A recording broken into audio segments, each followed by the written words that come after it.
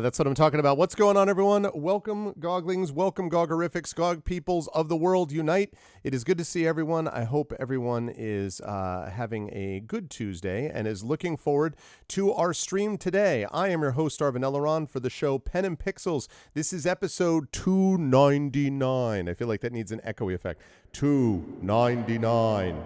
One episode short of 300 on this channel. I cannot believe it. And we are here with D&D with GOG Ghosts of Saltmarsh. I am extremely excited for this and extremely excited for us to continue this session. And I'm also extremely excited for the Raiders from Trollsmaiden. Thank you so much, Trolls in the Beard Raid. And I actually have my GOG alerts up, so I don't know. There it is. All right, now we've got some things going on. Thank you for the Prime sub, Frangolis. I appreciate it. I'll be doing 300 in your week of birth. I hope I will, Echo. I hope I will. I'm going to have to make one quick announcement about that to chat. But before we go any further, just a quick reminder to everyone. If you haven't already done so, please make sure to follow us here on GOG.com. That is much appreciated. If you haven't already done so, please make sure to support us by subscribing to the channel. That allows you to get custom sub badges and emotes that have been made exclusively for you here on this DRM free channel with this DRM free community, etc., etc.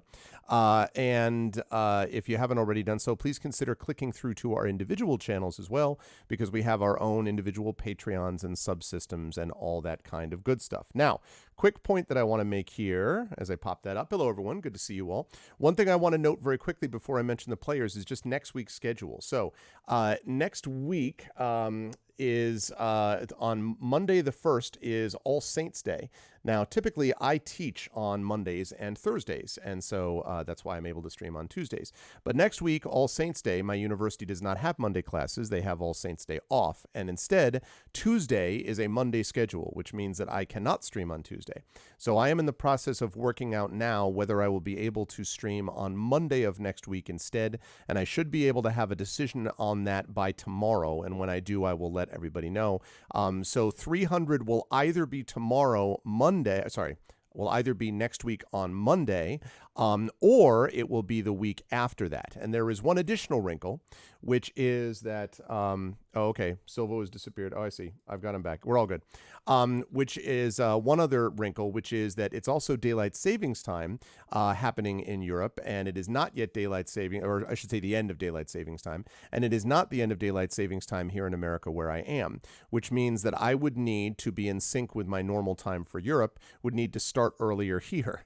So what that means is that next week, if I stream here on Monday, I would probably be streaming from 3 to 6 instead of from 4 to 7. So I hope that's clear to everybody. If I stream next week, it'll be Monday the 1st. It will be from 3 to 6 p.m. Eastern on this channel, and that will be episode 300. And if I don't, then it will be the week after that, which will be back to Tuesday. So that's what we got going on. I know. America's just a week later. So that's the deal with that. Thank you, Trolls Maiden, for the raid again. I appreciate it. So just letting everybody know that's the deal. I will either be streaming next Monday here from 3 to 6 p.m. Eastern, and I'll be on my channel before that, or I will be streaming not next week, but the week after on that Tuesday back at my normal time. So that's the deal with that.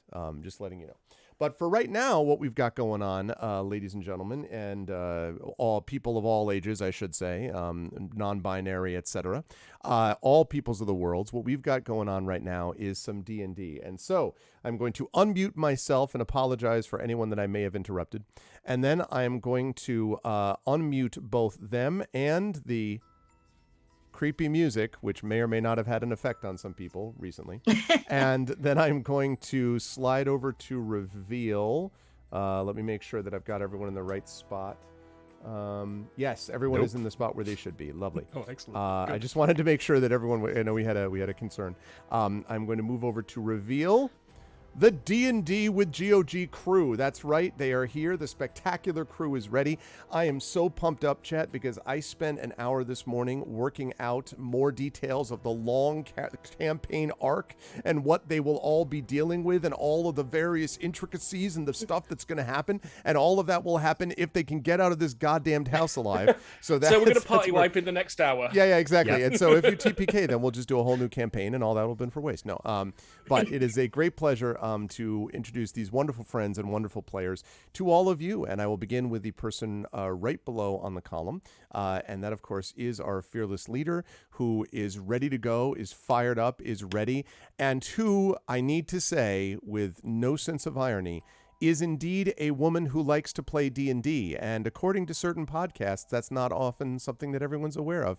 But I wanted you all to know that, Chad. It's amazing. It's almost like we have a diverse, broad community where many, in fact, just about the same number of women as men like to play. Just wanted to point that out just out there in general. Pyron, how are you? It's good to see you. And who are you playing today?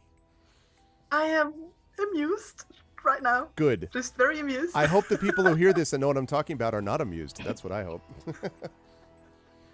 Well, I'm actually having a pretty good week. I had my last Blood Bowl match in the Coca-Cola Championship, and I actually beat an Elven team 4-2. Wow, and I'm congratulations. Really pleased with myself right now. Yeah. And so riding on that success, I'm going into this session playing Waves Crashing Against Rocks, or as her name is... You all got that, chat? A Kenku Paladin who is at least somehow convinced that Silvo is not undead. Apparently, maybe. And, also quite out of hit points. No, I'm not that much out of hit points. Not me, I think. I will have a look. You have a few, 8 out of 13. You know, you've been better. Yeah, well, that's... You're far healthier than the 4 out of 11, 1 out of 8, 1 out of 13 from the other members of your party. It's just a flesh wound. It's fine. Yes. And so looking forward to where this is going.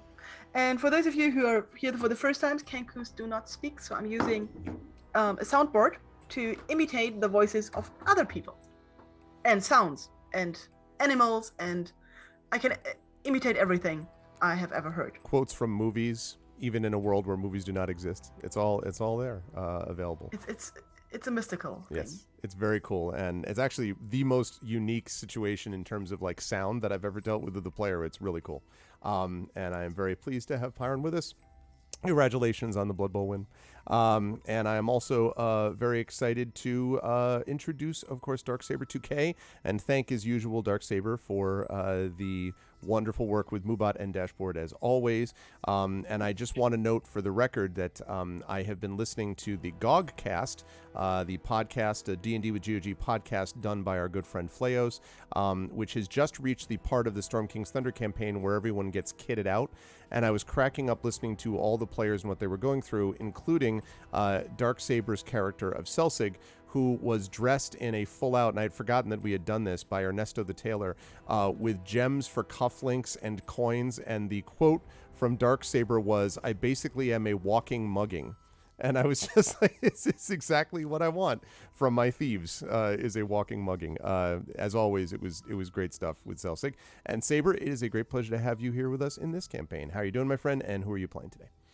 I'm great. It's great to be back again. As I was saying earlier, a little befuddled because I'm on holiday this week, so my brain's not adjusted to that very well and is just vaguely confused the whole time at the moment. So there's that. But on the subject of holiday, I've been playing some horror games. I've played Clock Tower on Sunday, the PlayStation version, not the original SNES version. They both have the same name because why Japan? because Japan. I think. Because Japan, Yeah. yes. And then yesterday I was revisiting Parasite Eve because why not? Oh man, yeah, good stuff. The original, like the PS1. The original, yeah, Oh, the nice. OG. Oh man, Still good. Just waxing fanboy over it the whole time. It's still really good. I seem to play it every year. It's really enjoyable. But tonight I will be playing Morthoil Gagoniant, and he is a dwarven artificer who is really starting to wonder what the hell he's volunteered for at this point. Sometimes having a conscience is a pesky thing, apparently. That's what I'm learning about Morthoil tonight. Like, Selsig wouldn't have had to put up with any of this crap. Right, exactly. You're like, I think I'll play something different. Then you're like, oh God, I have like standards, and Yeah. lines I won't cross, and oh man, I can't just bugger off when the going gets tough. No, but Selsig, even with that though, Selsig pretty quickly became the kind of character who was kind of like, oh fine, and then against his will, ultimately was like, yes, I'll risk my life for the good of other people. It was like, so at least you begin this way with Morthoil. This is true, yes. But it's a great pleasure to have Saber with us as always, and it's also a pleasure to have our cosplaying friend Peripheral Mike with us. And I do want to point out that if you folks have not been checking out TikTok, let me tell you, the new hero of TikTok. I mean, not just like the influencer. He is peripheral influencer, Mike. Like that's the deal. Is Mike, and I have to now publicly, assuming I can publicly praise you for this. Mike is also now a Twitch affiliate, so congratulations to Mike for the Twitch affiliate status.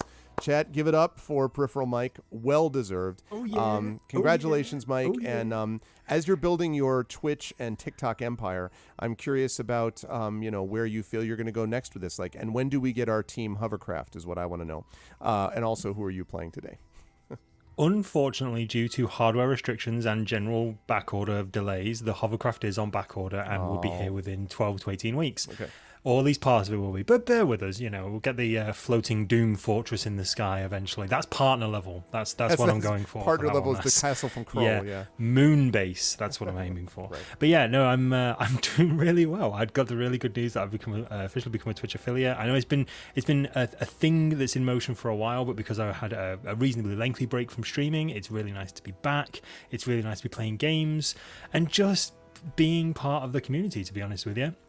And I want to give a big shout out to everyone who's been helping me over the last number of weeks in regards to getting my streams set up. Like, I've been checking my bit rates, I've been checking my frame rates, all of this sort of stuff. And loads of people, new faces, old faces, have been popping in every now and then and just offering really sound advice. And I'm just like, do you know what? I am part of one of the nicest communities on the internet.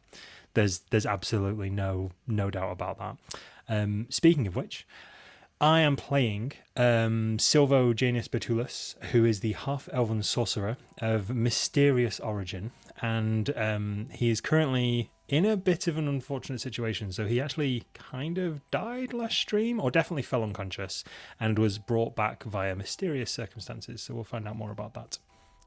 Indeed, I am excited to see how everyone else reacts to it. Wave's reaction already was sword pointed at the "who Pretty are much, you" type of thing. Quite rightly so, yeah. Exactly.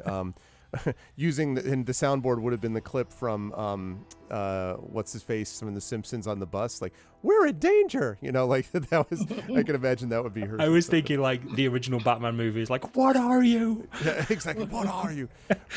Or just, where are you? Here. Batman Begins. Oh, man. Anyway, great pleasure to have Mike with us as always, and also a great pleasure to have, of course, Inanda with us. And Inanda, I think you've now done enough work. You've done the sacrificing and the rituals, so hopefully as to prevent the possibility of Brian going down in combat this time. Like I feel good this session, that this will not be a session where you will again be knocked unconscious and have to crawl your way back to life. That's how I feel. Do you feel like you've done enough sacrificing to the gods to prevent this occurrence? It gives me comfort that you feel that as the DM. I'm just speculating. That gives me comfort. I currently have 1 hit point. So, I mean, it kind of depends how it goes. I think as a party, we're sitting on no spell slots, no health potions, some fairly major injuries, and a slow-acting poison that's going to kill us all within 24 hours. So, as confidence goes. Chip in a chair. At exactly what Notorious be a hit point and a dream. That's it. It's a hit point and a dream. One hit point and a dream. BXT knows exactly what I mean. I played D&D with BXT before. We know these things. Yeah. But yeah, I'm slightly more confident. I don't know how to finish that sentence. I'm still on a wing of just slightly more confident. Oh man. Well, I think as like for flavor and backstory, Brian the Bloodthirsty, she's a pirate. She's grown up her whole life, not her whole life, since pre-teens on a pirate ship. She's used to that kind of life and that kind of fighting. I think the issue is not that I've got an AC of 16. I think it's the fact that she's just so unsteady on her feet. She's used to being on a ship. Oh, that's it. She hasn't gotten her land legs, is what you're saying. Like Absolutely. Oh, all right. Yeah. That's my story, and I'm sticking to it. No, it makes complete sense. I mentioned this to the party last time, that the level 2, which is definitely on the horizon, starts improving things substantially, as does level 3. But again, one of the reasons I love the starting from level 1, and I know there is a disagreement on this among dungeon masters, but the reason, if you're going to do, if not running a one shot, but if you're just starting from and doing a campaign, is because it really gives you a chance to kind of shape what you want your character to be before several major decisions have to be made. Because at 3rd level, for a lot of characters and classes, there are sort of branching decisions that have to get made and chosen. And I think it sometimes helps to kind of be a sort of hanging with a character for a couple of levels before that. And also, I would point out that Ghosts of Saltmarsh originally came out for, I believe it was 1st edition or 2nd edition D&D anyway, advanced D&D. And it was a time in which death was more deadly, so to speak, than the way 5e sometimes is. And so this is a reflection of the land of Greyhawk, where we all are. But I have no doubt that Brian the Bloodthirsty will be thirsty for other people's blood in this session and not her own. I have no doubt that will be the case. Absolutely. I'm bleeding enough as it is. No more bloodshed. No more blood. Fine. I am very excited for this. It's great to have these players with us. And with that said, let's get underway.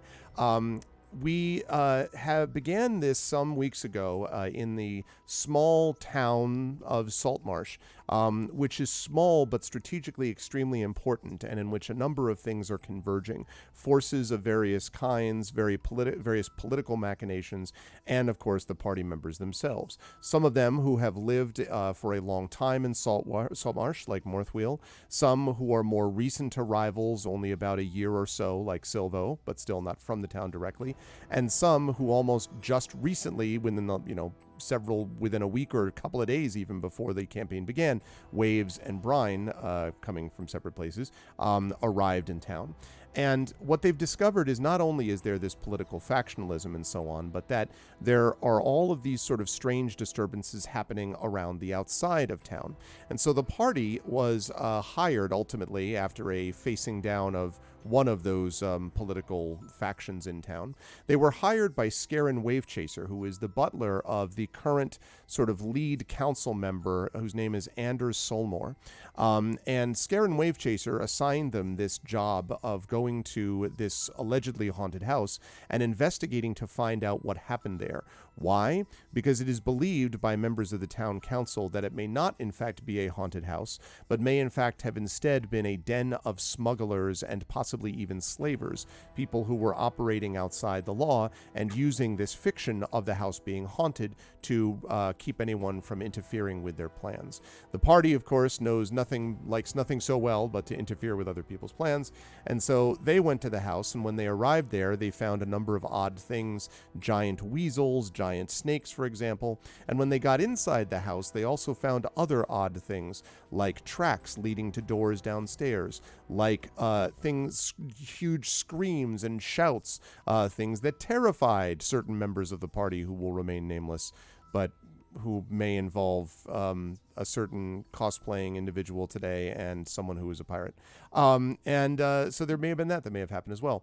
And when the party went downstairs, finally into the basement, they ended up fighting off an ambush, and they came and found a secret door into caverns below, and the caverns led them ultimately to a battle with a man named Sabalet and his crew of, apparently, smugglers. Sabalet, it turns out, is not some kind of minor operative, or at least not minor for the party. He is indeed got some powerful magic, and the party itself was close to death before he called off his men and basically said, all right, I'll spare you if you work for me, because there was an artifact, he said, in the house that he wanted found, and he wanted the party to be able and go find it.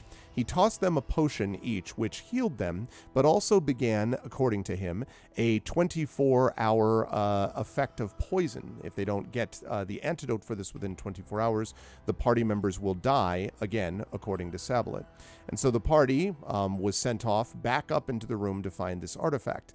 One particular place had been of real interest to Waves, a place that had a bar in front of it that said, danger, do not enter, what are you doing, abandon hope, all ye who enter here. I made the last part up, but you get the idea.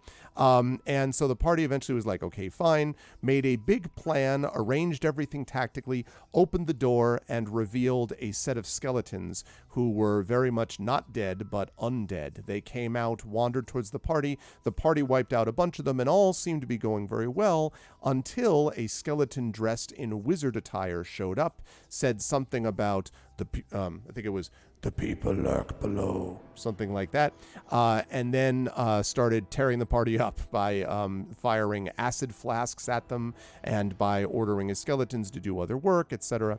And so the party barely managed to get up the stairs and close the trap door, having taken out 4 of the skeletons, but there were still 2 down there, plus the skeleton wizard, alchemist, artificer, whatever it is. And both Morthwill and Silvo held the trapdoor down, heard an explosion below them, felt the trapdoor grow warm, and then finally Silvo heard in his head Sabalet telling him that he was, and I quote, very naughty, and now you must be disciplined for your naughtiness. And that was where we ended our session last time. And so as we pick back up this time, I just want to throw 2 things out there to the party. 1, just to Silvo, which is, of course, you've heard that, nobody else has.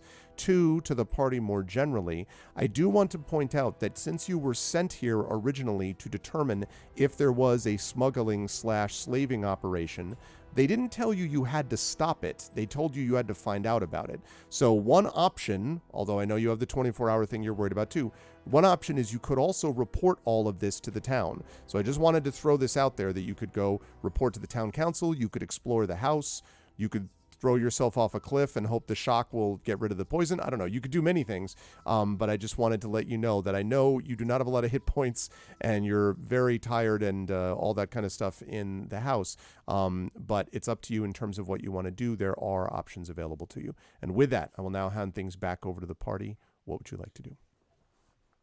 Head back to the town. I mean, as a sound plan.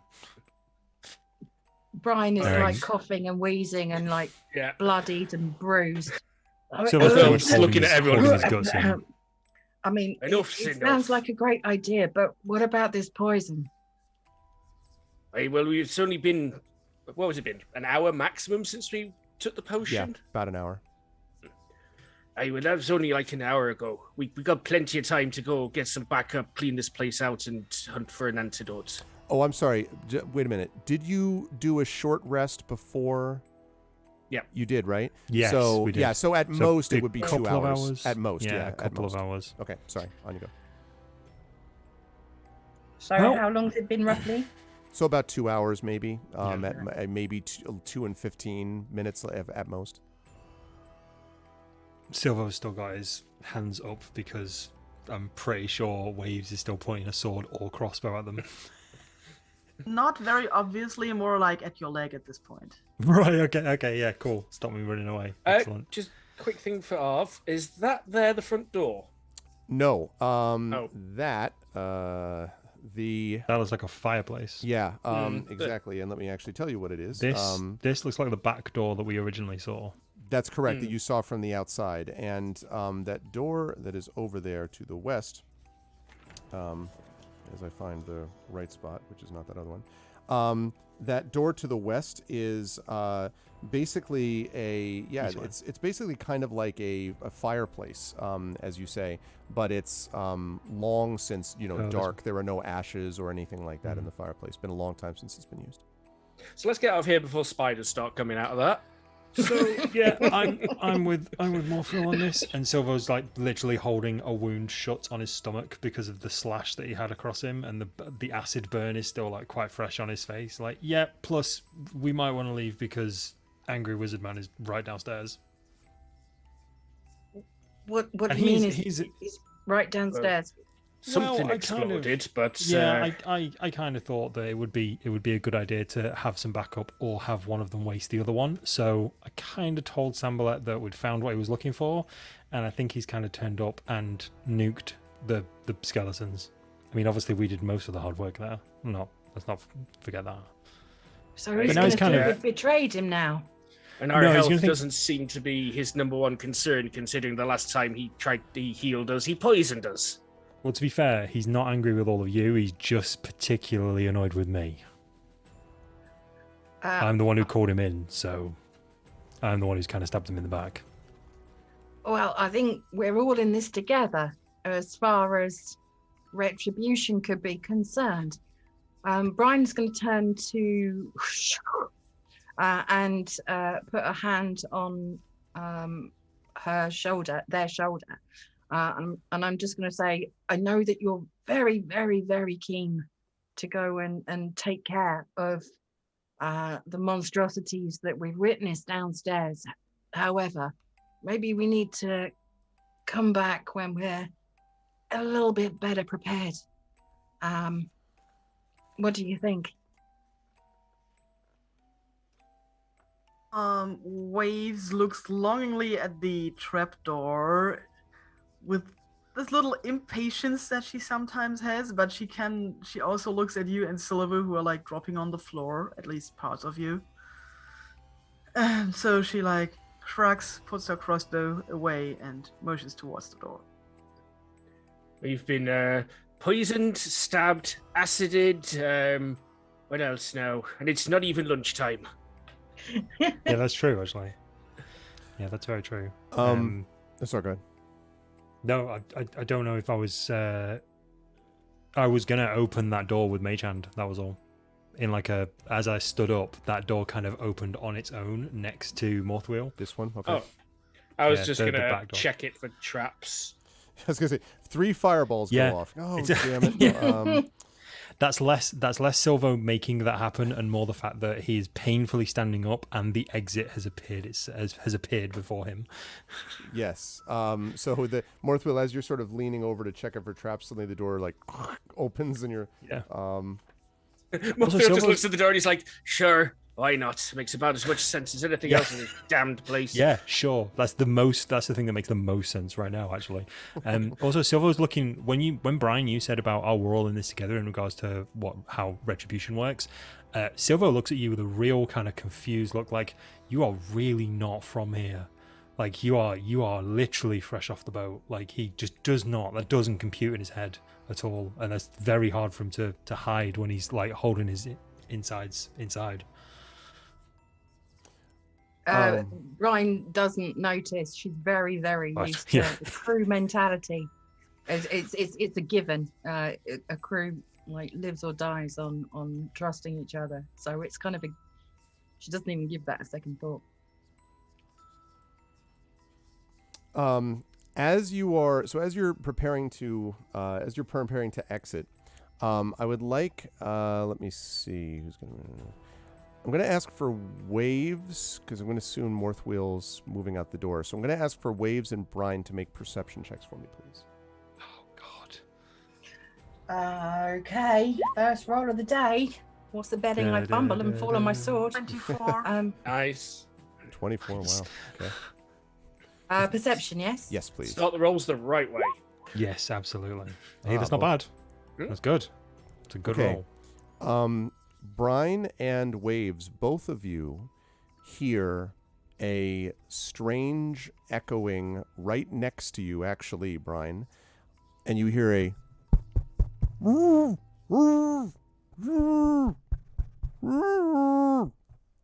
Someone seems to be yelling for help, except muffled. So it sounds like they're either gagged or something, but there's something... and banging on the wall next to you, Brian. Oh God. Hold your horses, guys. Hold your horses. Not that I've ever ridden a horse, but I've heard the saying. There seems to be something behind this wall. Now, I don't know that we're in a position to go and investigate right now. However, if we came here to help someone, they definitely don't sound like they're there intentionally or with their consent. Can I walk up and down this wall? We know that there was a secret passage in the mess hall. Can I walk up and down this wall and have a look at the fireplace and check this wall for Sure. any potential? Wave just kicks the door open. When While that's happening, Morthwell's Is just that a going to go out door? here I to thought the that was a window. fireplace. Yeah. No, the one on the left is a fireplace. this is a fireplace, yeah. The one on the right's there's a door. This is a door, Okay, so- presumably leading to the front bit of the house or the main bit. Brian's had a position nasty myself- knock on the head. She's checking for the walls, fair. even though there's a perfectly obvious door in the wall. Okay, I'll take I'm- each one of you in turn. I know Brian's doing that. What are you doing, Waves? And then I'll get to you, Morthwell. I stand in front of the door. I draw my rapier and I put a hand on the doorknob if there's a doorknob, and I kind of wave the others to make space. Yeah, I make space. I was going to stand behind Waves, but I'm like, that's the last thing Waves wants right now. Okay, so I've got that. Morthwell, I'll just quickly tell you. There are a couple of darkened windows on this side, and you can just make out, as you're kind of looking through the window, you can just make out what looks like one side of like a desk of some kind. But it's barely visible because there's so much soot and dirt on the windows that so you could break the window if you want and go and, and that would certainly let in some light, but that's what you can see from there. It's definitely a larger room than what you're seeing, but, as I say, soot and dirt and all the rest of it covers it over. So you just see the opening part of a desk. Okay. Okay, so Waves, you are going to assuming Brian and Silvo form up next to you. Are you opening the door? Sorry, quick question. Where's the trapdoor again? Trapdoor is right Specifically? behind. Oh, sorry. It is right here. In fact, I will even. Yeah, excellent. I'm going to stand on the trapdoor. Because we did not lock that. Yeah, good thinking. That's the last thing we need right now. So I am all 90 pounds of Silvo soaking wet with a brick in his pocket is going to be standing on this trapdoor. Here you go. I'm going to put this over here. Do you want me to move this and then, And then I'm going to put I this. can kind of... I'm going to move this to the bottom. Give me a second. I'll move Okay. to the. I've been eaten by a mimic trapdoor.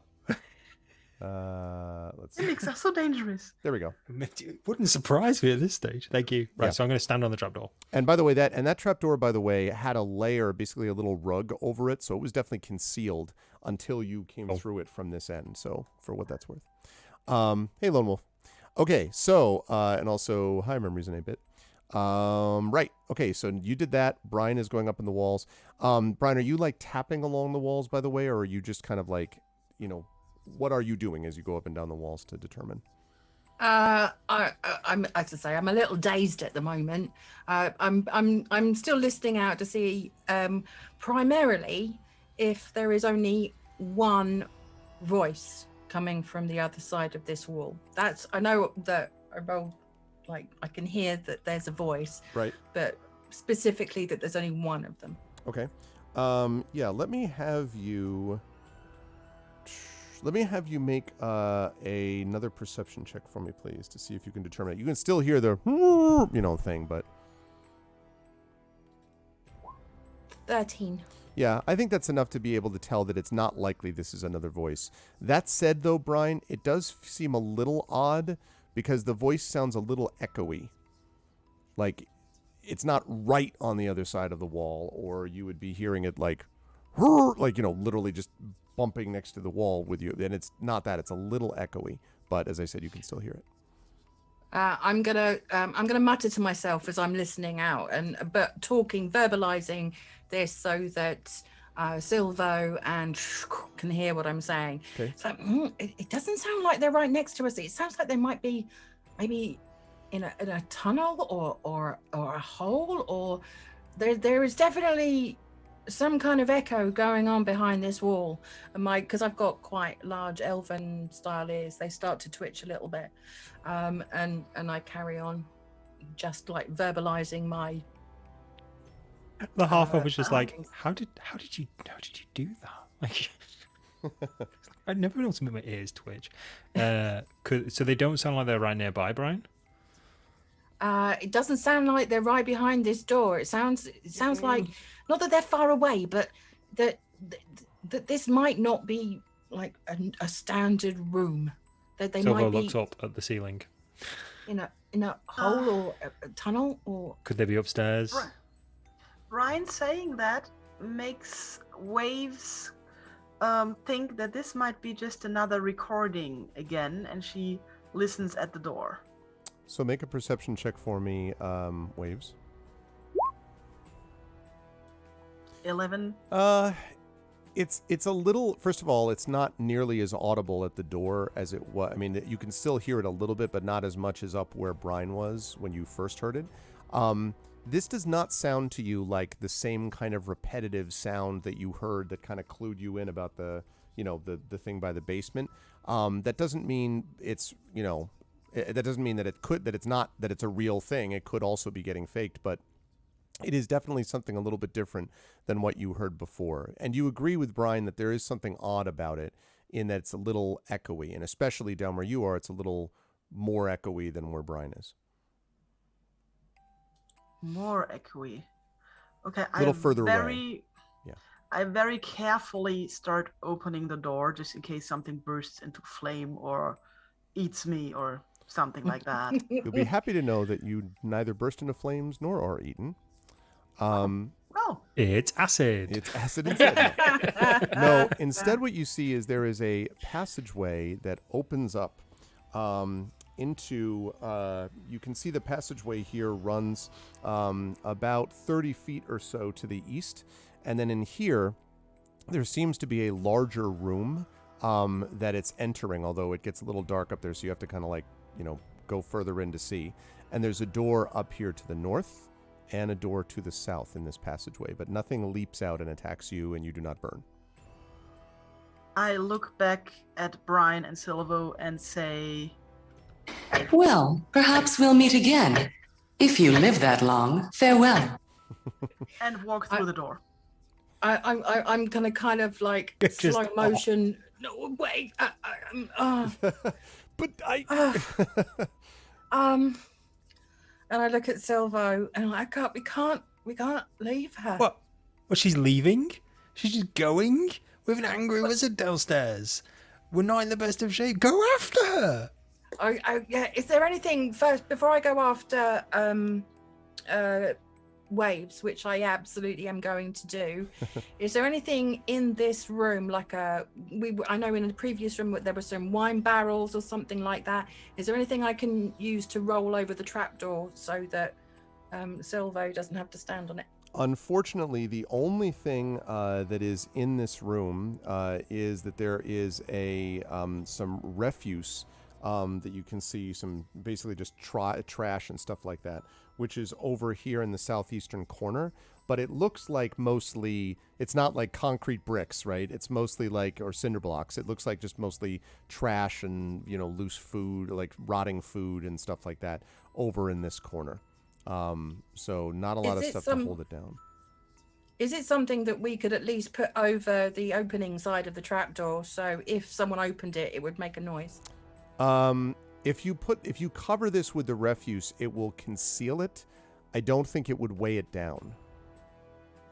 It was more along the lines of if Silvo would it make noise? Wasn't in this room and the trapdoor was open, whether it would be an audible. It depends on how close you are. I think because it's light, you might hear some rustling, but definitely not something that you'll hear from very far outside the room. So if you were 50 feet away, you would definitely not hear anything from the door being opened. If they blow the door open, you'll hear that. But the stuff you put on the top would maybe rustle and shift, but it wouldn't make a lot of noise beyond that. Everyone's just wait, what did he mean? Blow the door open? And it just slightly leans away from the trapdoor. There's now a foot on the trapdoor.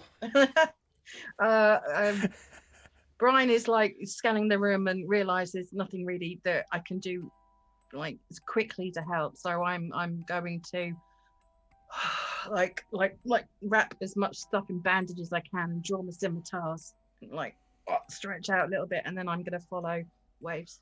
Okay, Morthwheel, I know you've just entered. What you see that Waves has already left and Brian is leaving, and Silvo has got one foot on the trapdoor and looks panicked. Hey, where the bloody hell are they going? I don't know. The Kenku just wandered off. They just said something about see you if you survive this long, and then just left. They heard some muffling in a different room. I don't know if it's here, upstairs, downstairs. It could be anything. Look, go and have a look in that pile of trash over there, and I point towards the corner. See if there's a brick or a bar or something we can use to heat up and try and weld this shut. I don't think you understand how that works, lad. Anything right now. If you've got anything in your bag, anything in the room that can just jam in the trapdoor to wedge it shut or keep it locked or something like that. I'm just trying to think because I do have my carpenter's tools. Exactly. There could be some wood. But, yeah, but I think it opens upwards, so... Yes, it does. The sound of splintering wood is louder than the sound of quiet hinges. Yeah, I'll go look in the rubbish because there doesn't seem to be anything I can repurpose in here furniture-wise, downstairs. There's mostly kind of just loose debris. There are some loose stones, but they're not very big ones. It's possible that you could try to put together... Well, the only source of wood in the room, technically, is the wood leading outside to the patio. And the patio, because you were just out there, does have a bunch of loose paving, stones and stuff like that, that used to be on top of the patio, like tiles, basically. And those would make a decent amount of noise if they were to slide off the door. They're probably not heavy enough to hold it down, but it would be better than dealing with, leaves and paper and whatever the heck is in this refuse pile. I pull my crowbar out and go over to the patio and start trying to prise off some of the tiles. You do so with ease. You don't have to make a check. They practically fall off as you're doing it. Lot of damp underneath. You can see a bunch of mold. There's also a couple of mushrooms growing below. It's very damp. It's a nice damp environment for mushroom-rich spore-driven. Yes, for spore-driven things. So I'll transport some over to the trapdoor. Okay. I was going to examine the trapdoor. Yep. No. You examine the trapdoor. I want to ask. I have a question afterwards. Sure. What's up? No. I'll ask you afterwards. Let Morthwheel do what he's doing. Let Morthwell do what he's doing. Quickly. Okay, go ahead, Morthwell. He's looking at the trapdoor. Is it possible to nail it to its frame in any way? Yeah. So the answer is yes, but not for long. You could nail it shut, but not like you couldn't piton it, like you could a door, because there's just no purchase that you could get on it, especially because of the angle. You could probably nail a few metal nails in though that would make it so that it would take a little bit to open, but it would not last for long. But you could probably nail it a little bit, yes. Also, I do want to warn you, you will make noise closing it in that way down below, like anyone would hear you hammering to get the nails. That's a good point. He doesn't, strictly speaking, know where we've gone at this point. That is true. Speaking of which, the thing I wanted to ask was, has Sambalat said anything else to me? No. Okay, it's just been radio silence, basically. Yep. Shit. Okay. Just echoing in your mind the last instruction. Yeah. Just like, that's worse than threats. Like discipline. Yeah. He's not mad, he's just disappointed. He's not mad, he's just psychotic. Well, I won't go ahead with nailing. I will pile up some of these tiles on top of the trapdoor, though. Okay. And you do that until you have a nice little heap. Silva, you're going to have to move aside to let him do that. Yeah, that's fine. That's fine. So, you pile refuse and stuff like that on top of it. Takes you about, I would say, it'll take you a couple of minutes to do that, which means this will be happening while Waves and Brian are dealing with that other hallway. So I'm just letting you know this will be happening at the same time. But it shouldn't take you more than a couple of minutes to do that because the tiles are so easy to get from outside. So as you're doing that, I want to ask Waves. Well, what are you doing? I found another door. So I'm gonna, still with the rapier in hand, also carefully open this. Well, first I'm gonna listen at the door if I can still hear somebody calling for help. I mean, if they're dead, it's just over anyway. Okay. Go ahead and make a perception check for me, please. As I'm following Waves as well. Okay. I am. As I'm following Waves as well, I'm also listening out, but because I'm very paranoid. But also, do you think it's better if we maybe come back and do this? It's just like we're not very prepared at the moment, and I know that you've got the best intentions, and I'm absolutely on board with helping people, but it's again, it's a timing thing. Do you think we should do this now? I nod and I say, freedom is the right of all sentient beings. I mean, I was going to say that myself. You're not wrong. And I kind of sigh and resign myself to the fact that I'm in this anyway. I'm not going to leave Waves. Oh, okay, if we're going to go and do this, that's fine. Okay, right. But I do position myself slightly behind Waves. Yep. Because she's got a shield. I note with some I motioned to Brian that I'm listening towards the door. I'm right, and I do want to note that, of course, Optimus Prime has given us our marching orders, and therefore, you do hear on the other side this, the same sound, but it's a little louder than it was when you were outside the hallway door, back here, Waves. But it still does sound a little bit odd, and like a little echoey, as if it's not right there. But you still do hear it, yes. Yep. So I'll carefully open the door. Okay. So when this door, very carefully, when this door opens, you see the following. This room quite obviously was some kind of writing room or study, and you know that because against the wall under the windows, right over here, is a large wooden, what must have been a writing desk, probably partially broken and riddled with damp rot.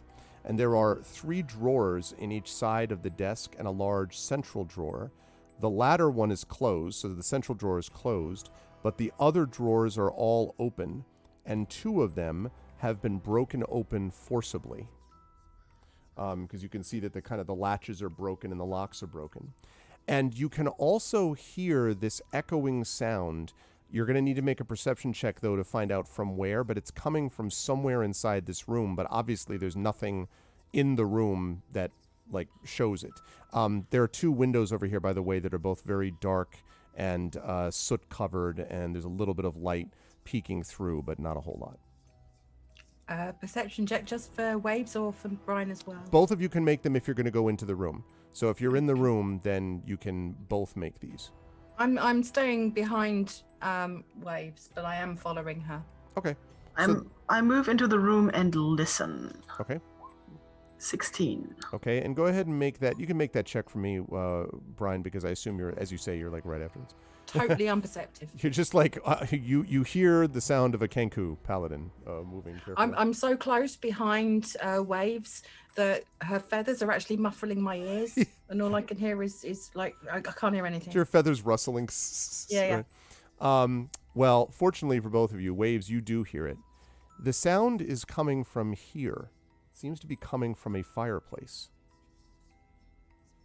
I move over and very carefully listen at the fireplace. And in the fireplace, you hear. It's got to be coming from upstairs. It's drifting down through the fireplace. So Santa is stuck? I was going to say, or it's Santa Claus. Those are the two options. Yeah. No, presumably. Wasn't that the story of the Gremlin movie? Oh, yeah. See, that could be that. So you're either dealing with gremlins or Santa Claus or none of the above, and it's coming from above.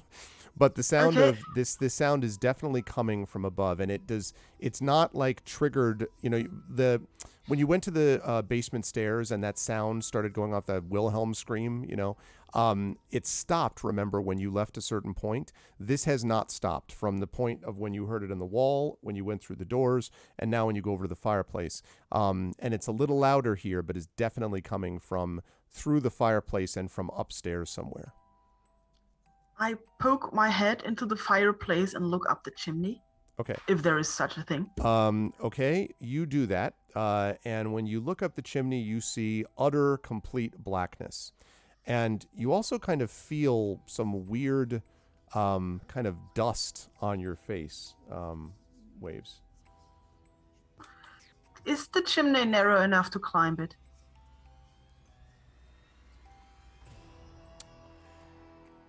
So, I live in real life in a house that is a 200-year-old former sea captain's house, and there are multiple chimneys in this place.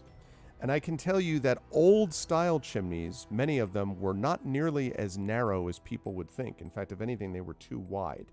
So looking up this chimney, very much like the chimneys that I just described, it does look like you might be able to climb up it. But there are, first of all, there's not much light here at all, Waves, so you would need to have a way of lighting stuff. But also, even from the back of it, you can see that there are like some loose bricks and, things like that. You're not sure how stable the inside of this chimney is, but theoretically, yes, you might be able to climb up it. You don't know whether it gets narrow or higher up either, but maybe. It's obviously cold and dark. This has not been used as a fireplace for quite a while. Can I make like an intelligence check to see if I think this is a good idea? You want to make an I think you can make your own check right now, personally, with you. Yeah, but I so very often fail, and maybe Waves is just smarter than me. Can I? Just roll the d6. 1, 2, 3. It's a bad idea. 4, 5, 6. It's a great idea. Go ahead, Brian. You say that as if I haven't had a bag full of dice here. Yeah, that's right. Brian would like to put a hand on Wave's shoulder as a comfort thing, because I know that Waves, from just the interactions we've had so far, I know Waves has got a huge amount of empathy and moral compass.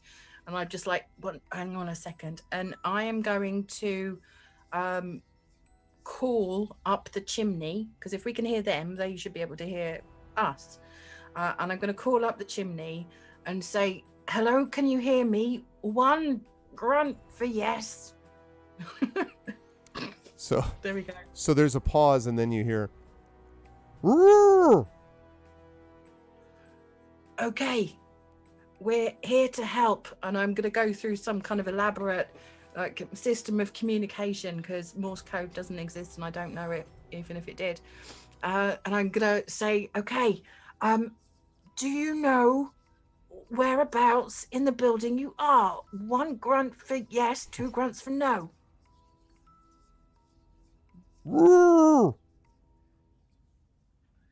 Okay, are you on the 2nd floor of the building? Are there any guards there? And there's just silence. It occurs to you didn't give him an option for don't know. Okay, that's a good point. And I look at Waves, and I without speaking up the chimney so that they can't hear me. We know that the floor up on floor 2, we've been told that there are some fairly precarious beams, and I know that quite a lot of floor 2 hasn't even been searched by Sanballat or his men. Now I assume that he's responsible for whoever this poor soul is, but they seem safe at the moment. Maybe we should go and come back when we're slightly more prepared, and we can come and You save hear- this soul. And then there's more banging sound from upstairs.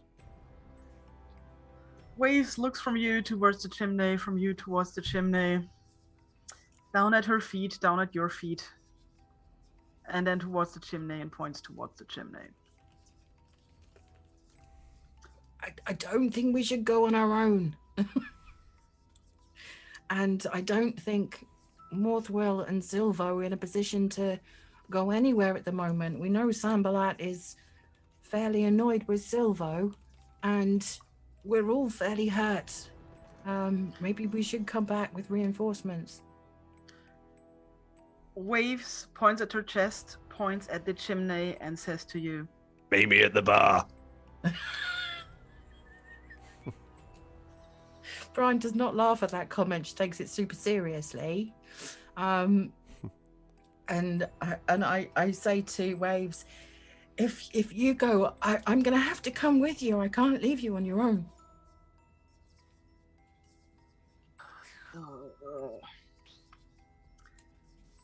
Wave seems to become nervous. She very obviously wants to go into the chimney, but not endanger you. Looks for the save yourselves sound clip that she carefully has. Aye, you fools. By the way, Morthwell and Silvo, at this point you would be done having put the stuff on top of the trapdoor, so you could then, if you wish, follow or not, but now you'd be able to leave. If you I mean, I assume nothing's tried to come through during this time. They have not so far, no. It seems like a sufficiently Can I long hear enough anything? amount of time. Yeah, I get the impression. I do get the If they were impression coming, they're they gonna would have come been through this coming way. by now. Yeah. Unless they're coming the other way, Or We they haven't shut found the that. artifact and they're just letting us carry on roaming. possibly. Hmm. I don't know. There's a lot of unknowns here. And Silver's still like holding this big wound on his side closed. Oh, we need to get that looked at. Yeah, a little bit. I'd kind of like to keep all. Be of sure that this bit's supposed to be this bit. inside. Oh God! Oh, it's leaking again. Oh jeez. Oh, that's infected. Oh Lord. Just holds himself even tighter. Right. What are they even doing? And I will telepathically whisper to Brian, because I have a feeling that it will. I mean, Waves may kill me if I do this again. Brian, what are you doing?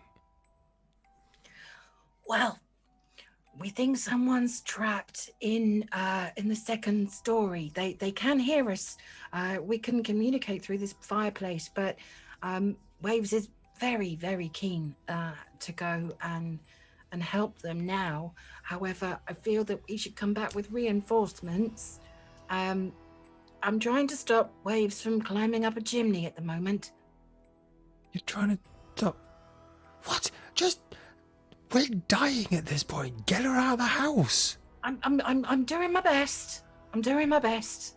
And then turn back to Waves and say, I really think we should come back. We need to come back anyway, because we need the antidote. However, maybe if I can clean up these wounds a little bit, and so if we can get Silvo sewn up, maybe have a little bit of a rest, we can come back with some more vigor and find a better way to go and rescue this soul. I pat you on the shoulder and point towards the door. We kind of like do the whole like shoulder and No. shoulder, arms. No. You go towards the door. Oh no! Point me towards Yes, the you door. go towards the door. Okay, no. Okay. Brian reaches the door and is just like, oh, this is a great time, right? Right, Waves? Yeah, and I turn around and she's not following There's just me. legs going up. There's just No, legs going up the Just chimney. your feet I'm below. climbing into. I'm starting to walk into the chimney. Okay. You just stay here. I'm going to follow Mothwell. I'm whispering to Mothwell and Silver. I can't stop her. And I at this can't point, leave she's her right either. here, so you just see her legs down the chimney. I turn to Mothwell. I'm like, we should probably go in there. She's trying to climb into a chimney. I've no idea. Oh, by the blasted beard of the cob, she's not going to be happy till she gets us all killed. Well, we're halfway there. Only halfway. Okay. I say to all the time, Waves is climbing. I'm saying, if you go, I'm gonna have to come with you. One moment. I think. You have the perfect sound clip for this. I have my in-chimney sound clip. Oh, for God's sake. I'm disinclined to acquiesce to your request. Means no. I recognize that voice from Just somewhere. like wave at you to stay away. You don't wave at anything. You were trying to climb a chimney, but Yeah, your okay. feet You're in kind a of chimney. move. All I'm seeing is dust and soot. Yes, there is a lot of soot coming out, clouds of soot. By the way, I do need you, Waves, to make for me, let's see. I will take an athletics check here, or strength. If you have athletics, I'll take that as you're making your I have way up this athletics. chimney. I have athletics. Let's see if I can climb up a chimney or drop to my death. No, it's a 1. It's a natural 1. So there's this so you're reaching up and then you grab one brick, and the brick slips out, and Brian and probably Morthwill here, you just see a cloud of dust and soot come out, and then you see an extremely dirty bird roll out of the bottom of the fireplace, and from above you hear. I finally look like a proper Kenku. Yep. And I say, Ugh, yeah. Right, seems about right.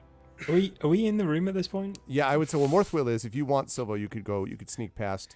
I'll scooch up. Both in there, and you can see what I described before. I can re-describe it if you want, but there's mostly the window. You now see the desk that you saw outside, Morthwill. There was indeed a desk, and there are 3 drawers to the left, a central drawer. 2 of the drawers on the left have been broken, forcibly opened, but the center drawer is closed. Sorry, go on. Mothwell's sort of intention is drawn by that, so he's going to go over to the desk because why only loot 2 of them? Okay. Is what he's thinking. I'm sorry, Definitely I misspoke. 3 drawers in each side of the desk, and a large central drawer. And all of the 6 drawers that were 3 on each side are all open, 2 of them broken open forcibly, and those are all completely empty. The central one, though, is not open, and in fact is locked, Morthwill. Okay. Well, Morthwell's going to examine that while other people do what they're doing. Okay. I'm going to start brushing the soot off. It's okay. It's fine. There'll be a better way. There'll be a better way to go and find him. I'm just brushing the soot off. I take a piece of cloth out of my pocket and I hit Waves with it on the nose. I go, don't stop doing that, you absolute lunatic. Look at the state of us. We can't help anyone in this state. Get out of this house now so we can get patched up. Look, my insides are nearly out. Brian's nearly dead. You've been on the floor more times than I can count. And Morthwell's basically completely out of anything that he can do with his lockpick. Get out of the chimney. I wouldn't be so sure about that. And he goes back to checking the central drawer for traps. Okay. Silver was just like, stay out of this. Don't you lecture me, laddie. We're falling apart at the seams. Come on now, guys. I think we need to stick to the original plan. Let's go and get some rest. Maybe something to eat. Maybe stitch up Silvo. Not in the we will metaphorical sense. I meant in the literal sense. And then maybe we can try and sort out the rest of our poison problems. While you're over there, Morthwill, make an investigation check for me since you're checking for traps. Yeah, cast this with guidance, which may not make a blind bit of difference, but ooh, 15. That's 15. Yeah, so definitely locked. And you don't think trapped. You think that there might actually. It's possible there was a trap on one of the other drawers because there seems to be some scorch marks on the inside of the other drawer. But you don't think this one is trapped from what you can tell, though, you know, it might be concealed even more cleverly, but it doesn't appear to be trapped to you. But is locked. You could try to get it open, obviously, if you wish. Well, Morthwill's going to try and pick the lock then. Okay. I will have you make a dexterity check. If you've got thieves' tools, yes, then I will have you use those. And with guidance, that's a 19. Yep. And you're without, you know, it's like you have to fiddle with it a little bit, but then and you pop it open.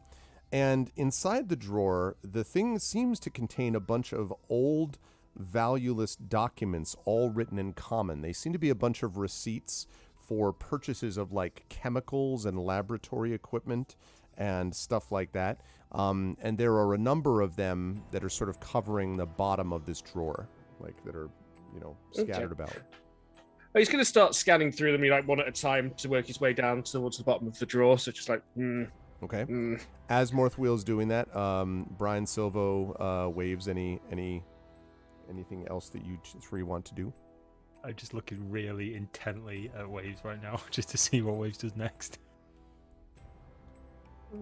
I mean, bird faces don't have that many expressions, but you have the feeling she looks enraged at being smacked.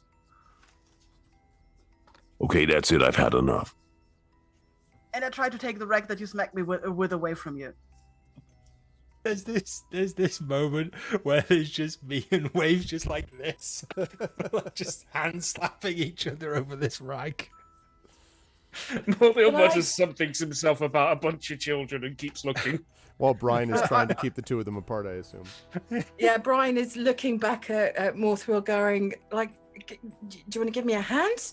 And then she's like, she's got one hand on Waves and one hand on Silver. Go, come on, guys. There's enough people to fight. We don't have to fight amongst ourselves.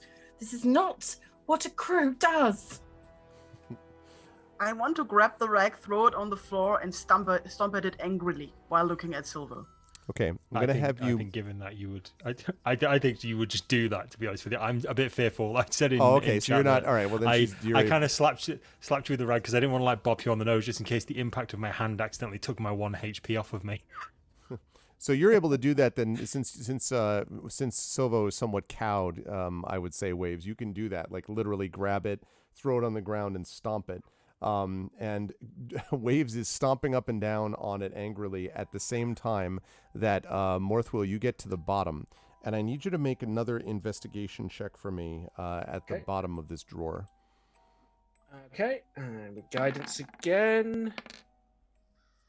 Oof, 18. Ooh, nice. Okay.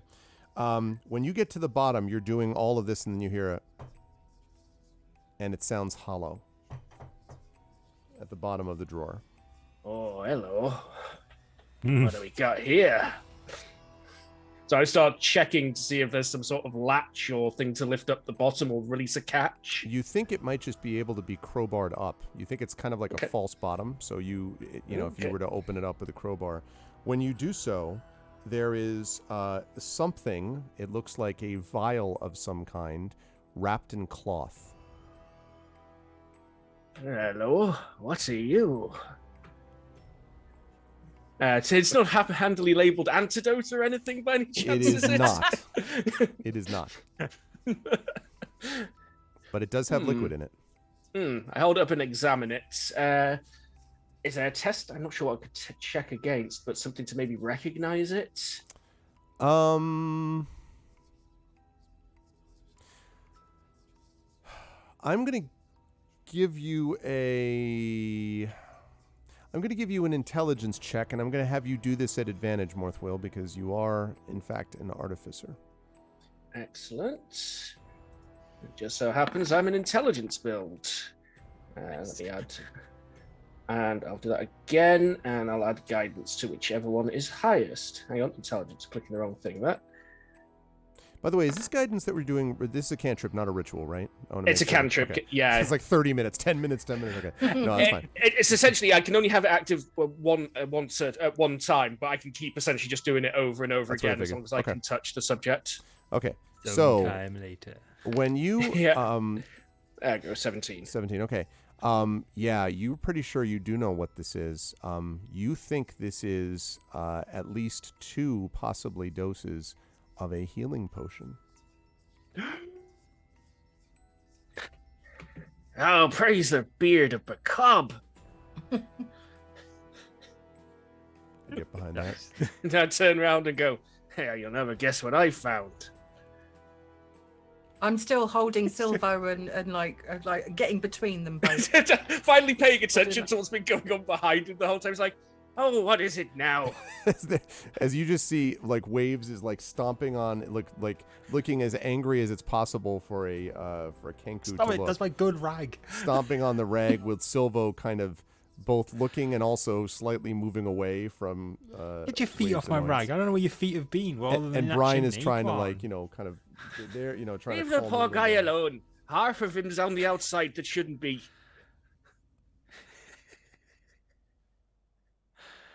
There was a rag bopping on the nose. I don't think anyone meant any harm. I'm just trying to make the peace. What did you find, Morthwell? Found us a healing potion, didn't I? Oh, that sounds brilliant. I hold up and shake it. I reckon we could get about 2 uses out of this. Oh, I mean, a few more would have been even better, but 2's better than none. Indeed. I hand it to Silvo. I immediately drink one of the doses. Okay. 2d4 plus 1, I think it is. 2d4 plus 1. 7. That's you're fine. You're a bit spread outside or back inside now. You're feeling hale and hearty. All of my slice wounds and burns just disappear. Yeah, high single digits now. You're all good to go. And that uses up about half of what's in the potion. I'm like, that's good. And I pass it back to Morthwell. Hey, well, I don't think we can get poisoned twice now, can we? Yeah. No offense, he says to Brian. Well, I mean, I wouldn't guarantee that. I mean, Brian is also looking really roughed up and bleeding and like. And has been poisoned twice so far. And has been poisoned at least twice so far. You hear from upstairs. Well, I pass it over to Brian. Here you go. This will pick you up. I don't know what everyone else is on, like HP wise. Morthwell's at 4 out of 11. Silvo's now full. Waves is at 8 out of 13, and you are of course at 1 out of 13. Yes. Well, Morthwell being A, sort of a backline sort of combatter, and B, the only person who hasn't dropped below 0 this whole time yet. He isn't going to take it for himself. Level 1. There. Oh God, I got a 6, so I've got a total of 7 HP.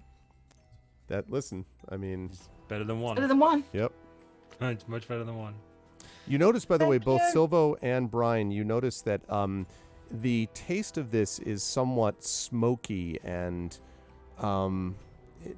you almost, I guess I'm trying to think of how to describe it. sort of like like flat soda, or something that's been it's clearly old.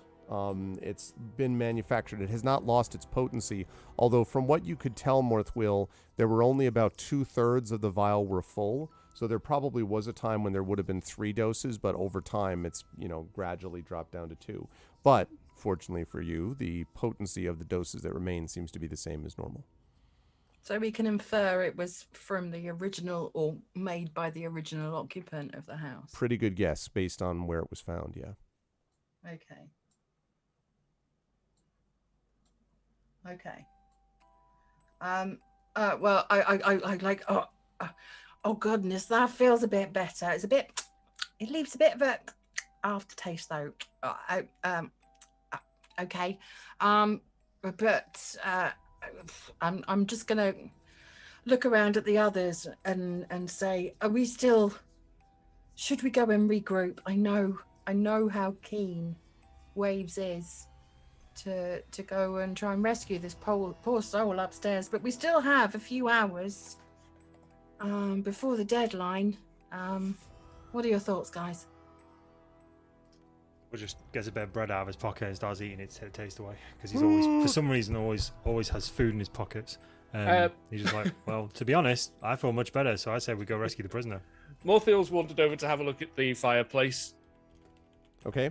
It is now covered, and the outside of it too, Morthwill, with a bunch of soot. And you see that there is a large bird impression that seems to have been left in a pile of soot at the bottom, as if a large bird has fallen into it and then crawled out. Yeah. Morthwill goes, crawled out. So Morthwill crawls in. Okay. And you sort of hear just like a... And you hear the knocking, like something goes back. I see the problem. It was shoddy. And it sure is that, by the way, Morthwill. At this point, he comes back out of the chimney. He goes, maybe if you're trying to climb up there, you might want to be using something like these. And I hold out some pitons that I have on me. I grab them. Could I?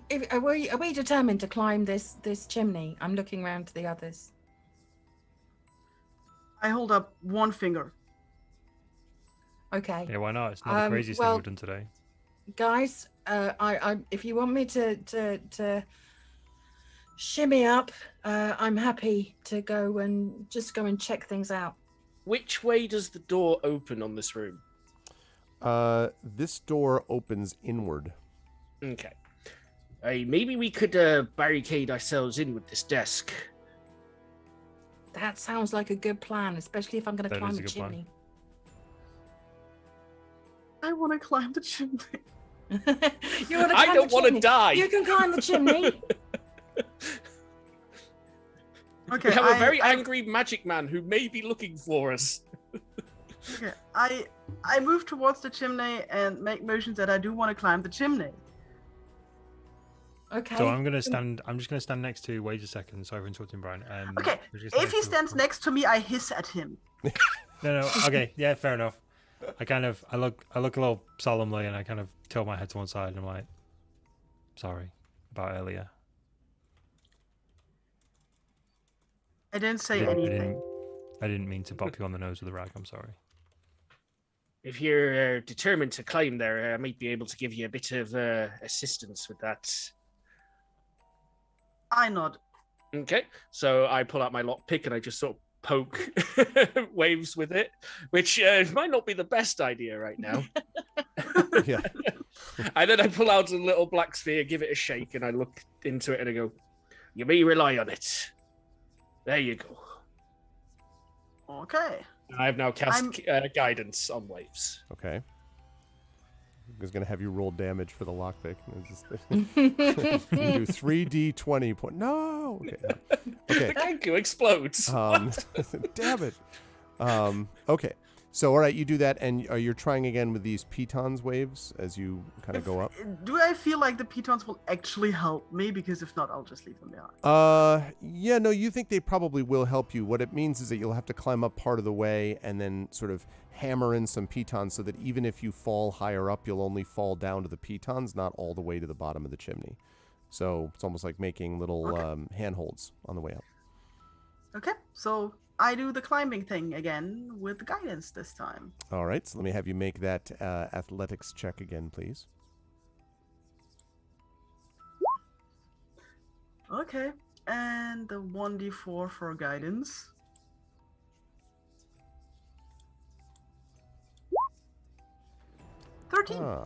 So as you go up, you are this time able to hammer in, and you hammer the piton in very easily. And at first you're like, oh, this is great. And then you're like, wait, why is it so easy? And you see that there's there's a significant crack like in the masonry. So it's like, you're like, is this even going to hold, type of thing. But, it does seem to hold somewhat. And you climb up sort of further.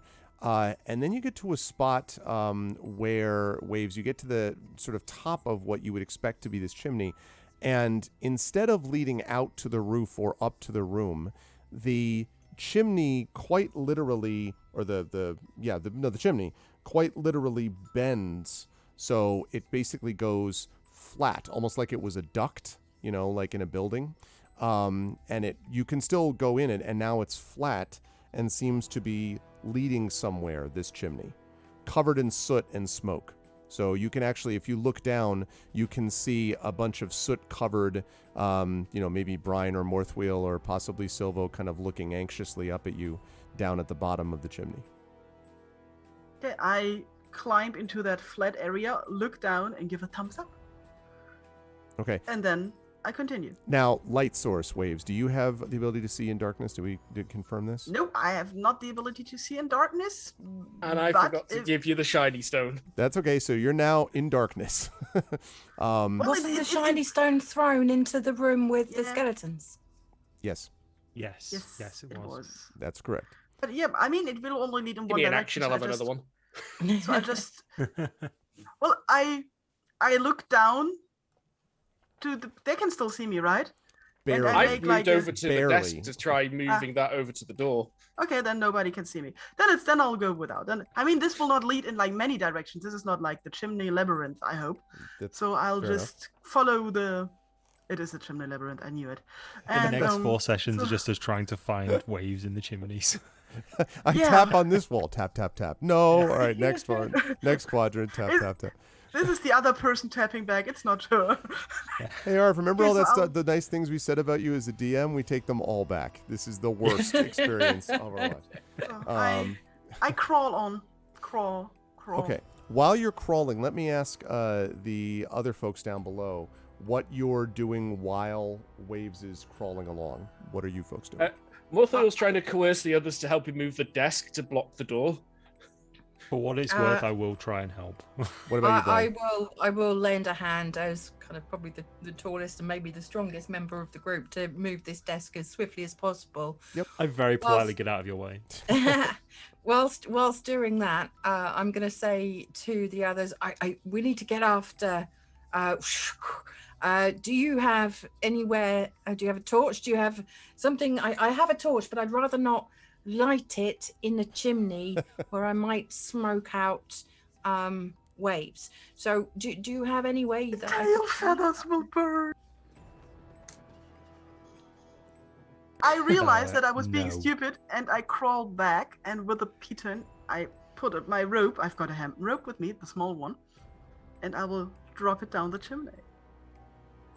Oh, okay. Because I was being stupid. Now you see a rope kind of fall down to the ground, Brian, while you're looking in the fireplace. Okay. In response to Brian, Morthal says, well, if you can find us a small stone, or you can whip up another one of them shiny stones. Is there anything in this room that will do as a stone or... I mean, anything? It doesn't have to be a stone. It can be just any tiny non-magical object. Okay, can I have a look in, even though the drawers have been rummaged in, just to see if there's something? Stone I broke could loose do with a bit of when I had paper. my first. Stone broke loose when I first climbed the chimney. That's right. There are stones at the bottom. Yeah. I was just thinking one of the sheets of paper I pulled out of the drawer. Or that too. All right, Yeah, I'm there's, gonna pick there's up several fascinating invoices, Brian, for you to use. I start looking down. No, they haven't carried the 3. I'm going to put the paper back down, and then I'm going to pick up a rock or something from the fireplace and give it quite urgently to Morthwheel. Okay. Well, first of all, desk move. Yes, that one, because the two of you are doing that, I would say, although it's heavy, it doesn't require much to, bring this over here. And so you're able to move it over to now block the door. Excellent. It does make a little, just one note, it does make a little bit of a noise. It's impossible to be stealthy while moving a desk, just so you know. Yeah, I figured. So Silvo, I can imagine you kind of wincing because it's, like as it makes noise over to the door. Right. And you actually hear down below, Waves, you hear the sound of echoing, like something's being moved below you. Nobody's screaming. It seems to be fine. Everything seems okay. So now the desk is over by the door, blocking it. You see there was a rope down below in the fireplace. And while you're all looking up, I will mention that right now, the thing that you're following continues to move ahead, and you just sort of press on through darkness, Waves. And then at a certain point, you feel a little bit of a draft coming from above you, a draft of air. And you notice 2 things. One, there is air rising above you, and as you look up, you can see a little twinkling of light, as if that's the end of an actual chimney that leads out. And then also, there is something in front of you. And by that something, I mean what looks like another fireplace leading into another room. And this here would be what you would see. I would say the only light that you're going to be able to see here, without having a light source, is just coming from the windows right here. And you yourself are in what looks like a fireplace here. And so you can see that there is indeed some light filtering through these windows, although not a whole lot. So it's extremely dim in here, and it's not very easy to see stuff here.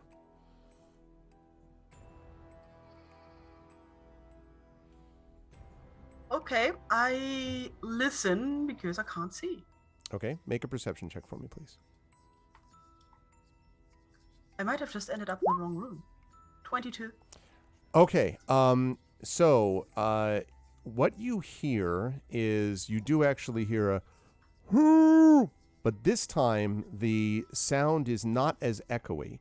It doesn't seem to be coming from this room, though. It seems to be coming from elsewhere, but not from above or below you. You think you're on the right floor, but it actually sounds like it's coming from somewhere out here in the darkness where you can't see. That must be such a loud person. Yep. That we could hear down there. Okay, I carefully climb a little bit out of the chimney so I'm not in the way if somebody is coming after me. Okay. Which leads me to the like, question, just a little bit. like just say like there, so you're just, Yep, I'll reveal just just a little bit. Sorry, like that. Let's see. Okay. Yep. All right. Just like that. What about, are the others of you using this rope, or are you staying where you are? As soon as I have a light source from Morthwheel, I'm hoofing it as fast as I can after Waves. Morthwheel's going to use an action to turn a piece of paper into a light source. Okay. I won't use the brick because I don't think any of us wants to be lugging a brick around while we're climbing. So that's got a 5-foot bright radius, a fan followed by 5 foot of dim radius. Okay. So Brian's pretty much already heading up there. I pass that over to Brian as she's getting in the chimney going, here you go. This will let Thank you you see so much. Thank you so much. and I follow. Okay, Up I will to- need you to make an athletics or a strength check, but this will be an easy one because of the rope that's been left behind. So it's not an advantage, but it'll be an easy check to make. So if you have athletics, I'll take that. Oh yeah, I mean you practically just you just scamper up. You just rise up like Mary Poppins, no problem, like straight up. Get flat, turn around. Yeah, exactly. Going up a thing, step in time.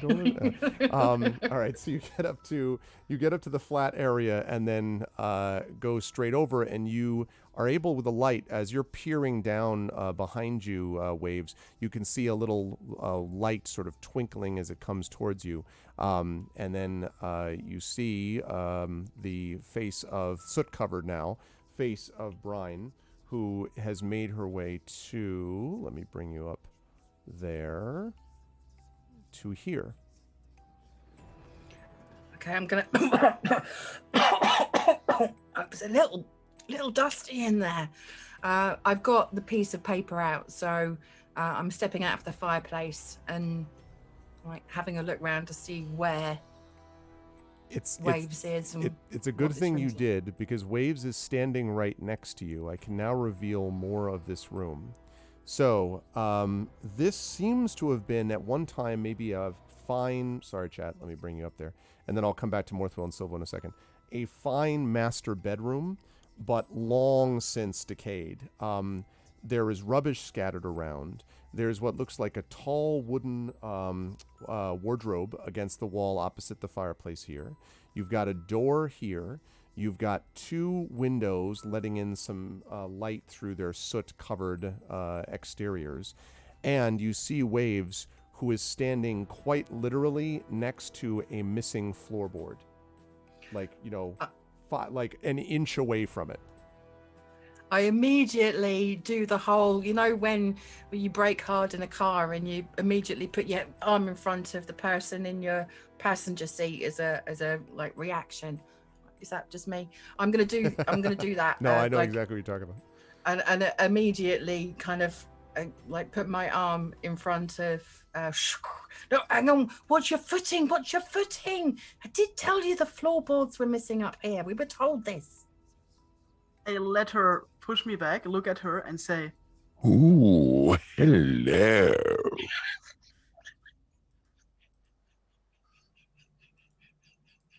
Okay. And I seem to be quite pleased with the situation. Here you go. Sorry. I mean, really, you've been through a lot, Brian. I think it's Brian is just like there's some emotion in her laughter. It's one of those slightly hysterical. Is she really okay? Kind of laughs. Exactly. But now you can, as the light is up, you can see that there are several missing floorboards here. And yeah, now the floor. I should say the floorboard missing does not mean the entire 5 feet is open, but it's one of those things that Waves would have clearly fallen down through part of it, like her leg, and then who knows if the rest of it gives way. You were warned, of course, about this not being the most stable upper area, but you can now see these missing floorboards in several spots around the room. Okay. I turn to Waves and go, although these ones are already missing, we don't know how loose the other ones are. These floorboards have obviously rotted through, so every single step is crucial. I think we need to be very, very careful which boards we stand on. Yes? I nod, and then I point questioningly towards the chimney and say, Silvo. Morthoil. I don't know if they're coming. Mothwell made this glowy paper for me, and then I kind of followed quickly. Honestly, I didn't really look back to see if the others were following. I'm hoping they will. Speaking of the other group, two. Exactly. What exactly are all of you doing as I fire up the light in my office, reflecting? I need to increase that temperature a little bit. What are you going to say, the combat music then? Oh, Genuinely. No. This is Get a the little worst horror orange game I've going. played so far. The theme is called Boo, but I'm sure that's fine. Yeah, it's fine. Okay. Okay. And we're gonna. I'm move that up to- 100% gonna go up the rope. I will give you some guidance if you like. Thanks. Okay. Okay. Did you say this was an athletics check? If I'm trying to do it flamboyantly or with like a little jump, could I do acrobatics instead? Here's the deal. You can do athletics and or strength check, and that will be, as I said, easy because of the left behind pitons. If you want to do the awesome looking acrobatics one, you can, but it's going to be a harder difficulty insofar as you are attempting to parkour up a chimney. Right. I'm going to attempt to parkour up a chimney. Oh, with God. guidance, yes? Well, it only does so much. Yeah, that's fine. But it's 1d4. It is 1d4. We may need some Excellent. inspirations on the deck. The Echo is waiting for Nah, an be fine. Oh, look at that. Wow.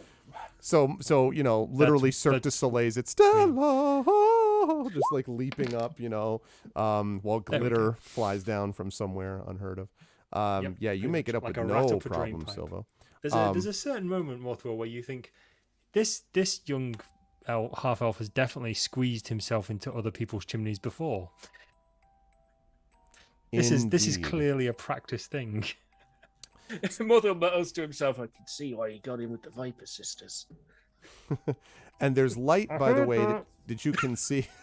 There's light as you sort of climb onto the flat area that I've previously described, Silvo. There is light coming from in front of you, and you can hear kind of a, "No, just be watch out where you're standing." Like you hear some people whispering to each other, something about "Be careful." So my where dark you vision stand. is fine until I find the others. Right, exactly. I was going to say, yeah, you have no problem seeing, and then you see some twinkle. Are you following it all the way to where you see them? Yeah, 100%. Okay, so that would lead you to here. And as you come out, sort of blinking from the light, you can see Waves. How is Waves looking at you? I'm curious.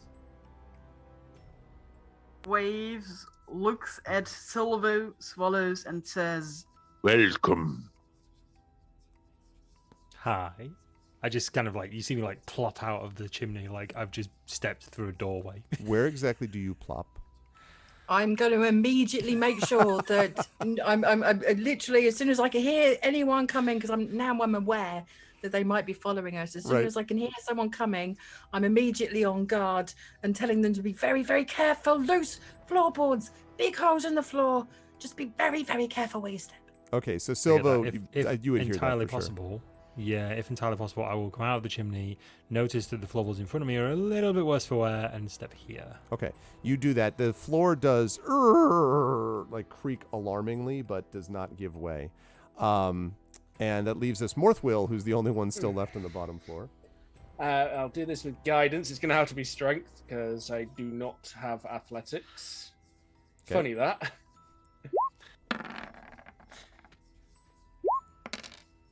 That's a 17. That's still fine. Again, using the power of the piton, you make your way up, and then again, you come through and find your way, crawling your way out to see yourself on this second floor. And before we go any further, I'm going to reset us here and welcome everybody to episode 299 of Pen and Pixels. You are watching the incredible D&D with GOG crew playing a very entertaining session of Ghosts of Saltmarsh, the sinister secret of Saltmarsh, DM'd by yours truly, Arvin Eleron. I am joined as always by Pyron Jade, by Darksaber2K, by Peripheral Mike, and by Ananda. And if you like these people, and you should not only follow us here on GOG.com, but you should, and subscribe to us and all that good stuff, but you should follow all of them on all their individual channels and various things that they do here, there, and everywhere across the internets, because they're all good people, wonderful players, and wonderful streamers, and just awesome people. So you should do that. That is the deal with that. And I actually have an answer to that. A question that was just asked in Zoom, which is...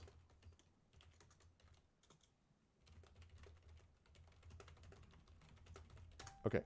I was just explaining a little bit about how everyone got up here. So there we go. So everyone is now up on this second floor, apparently. And you can all hear, actually now, not super loud, but you can hear the same sound, but it's coming from outside, somewhere over here-ish, you think. And as I said, this room is, I've described it before, but must have been a bedroom at one point, but is long since decayed. And there is a wardrobe over here that's closed, windows down here, and a door up here. Yeah, so I've got 60-foot dark vision just for reference as well, in regards to lighting and things. So Motherwell looks at all the holes in the floors. He's like, looks like they went cheap when they built this place. Not like your craftsmanship at all. We've seen your work. It is. I should have got longer than 200-300 years out of this. I have not seen his work, but if it's anything half as good as he says it is, then it's got to be good. Like, got to be good stuff. Well, not me Well, we have, because specifically. he built the barrier downstairs. I went bad for a rush job. Yeah, that's true. Silvo just remembers the horde of skeletons just crushing through the barrier. Yeah, rush job. So this wardrobe. Mm-hmm. Can you tell me more about this wardrobe? I can. It is a tall wooden wardrobe, and its door at the moment is closed. It has two handles on the outside. They don't appear to be. It doesn't appear to be locked, from what you can tell. I will open the wardrobe. Okay. When you open it, you see there's two items in it. There are a pair of old, cracked leather boots that are just sitting there on the floor of this wardrobe. And then there is a ragged and stained cloak that you can see as well. There's nothing on the floor of the wardrobe? Just the boots. But that's just the boots, boots and a cloak. That's it. Okay, we're going to close the wardrobe. Okay. Okay. All right, close. I stare carefully at the floor and start moving towards the northern door. Okay. All right, you're able to make your way to the door without a problem, as long as you again, the floor keeps creaking, but you're fine despite that. Yeah, I will not jump or something. Right, I figured as much. What about you, Brian? Is also going to head towards the door, but because she's slightly bigger, I'm going to stick to the edges of the room and go via the corner, where it's hopefully slightly more load-bearing rather than the middle where it looks weaker. Yep, and indeed, when you get to this spot, there's a lot less creaking here and in the square where you're standing, in the 5 feet where you're standing. So that seems to have been borne out, what you thought.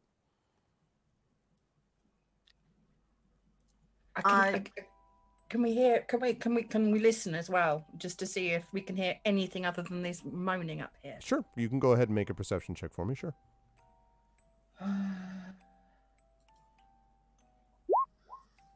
17. Yeah, other than the sound, I mean, the guy's, whatever this voice is, does seem to drown out a lot of the rest of what might be here.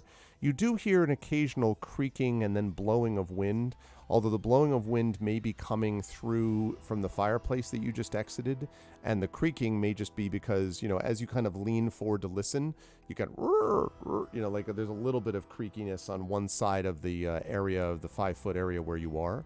So that may be more of it than anything else. You don't hear anything obvious beyond that except for the. Okay, I'm going to turn to the others and say, it's safer to stick to the edges for the most part, but just please watch where you tread. I think I might stay in the fireplace for now, considering I have scale mail and a shield to probably weigh quite a bit. Okay. I look over to Mortho and I'm like, don't step on that bit, or that bit. And those are the bits that creaked when I stood on them. No need to tell me about wood, laddie. I inspect the door for a moment because I'm pretty sure if this door is going to make a whoa, whoa, whoa sound, somebody's going to jump into one of those holes. Okay. Yeah, if you're just doing like a sort of visual inspection, nothing obvious seems to come to mind. Are you trying to investigate it by tapping on it and stuff like that, or? No, I'll I don't think know. I'll just more look at it. Like, Okay. Yeah, it just there's looks to be something- a normal wooden door in decent shape, from what you can tell. The door nice. does open inward. Yeah. Wait. Inward. Yes. Okay. So when I open it, I don't want to step back onto that Here we square go. right behind me. No. When I can visually see the door opens inwards, I'm going to step backwards so that can step to where I am. Okay. Yeah, please. I don't. So I'll carefully open the door and trying to not fall into a hole, not be eaten by the door, just survive another day. Here's what you see.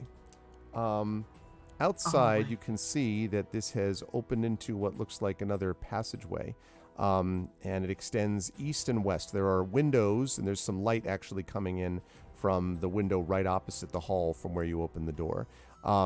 To the eastern side, this over here seems to open up into what looks like some kind of a junction, but it also might be an open area, and it seems like if you remember where you all were in relative to the house, this might be leading in the direction of the big area that the down below passageway opened into. You didn't go into it, but like that's where it was headed. And then over to the west, there's another door that you can see over here. So you've got passageways up here. You've got a passageway down here, and then a passageway off to the east. One of these contains your destination. The rest contain doom. Choose wisely.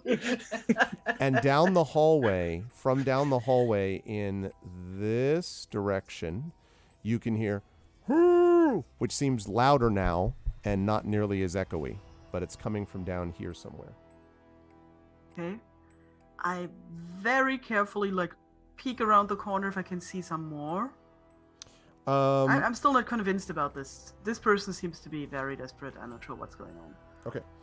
In which case, I pass Waves the piece of paper so she can actually see. Okay. You can see more area now. And what it looks like is that this looks to be an area. Now, you would need to actually walk up to it to see, but this looks like it might be an area overlooking the floor below.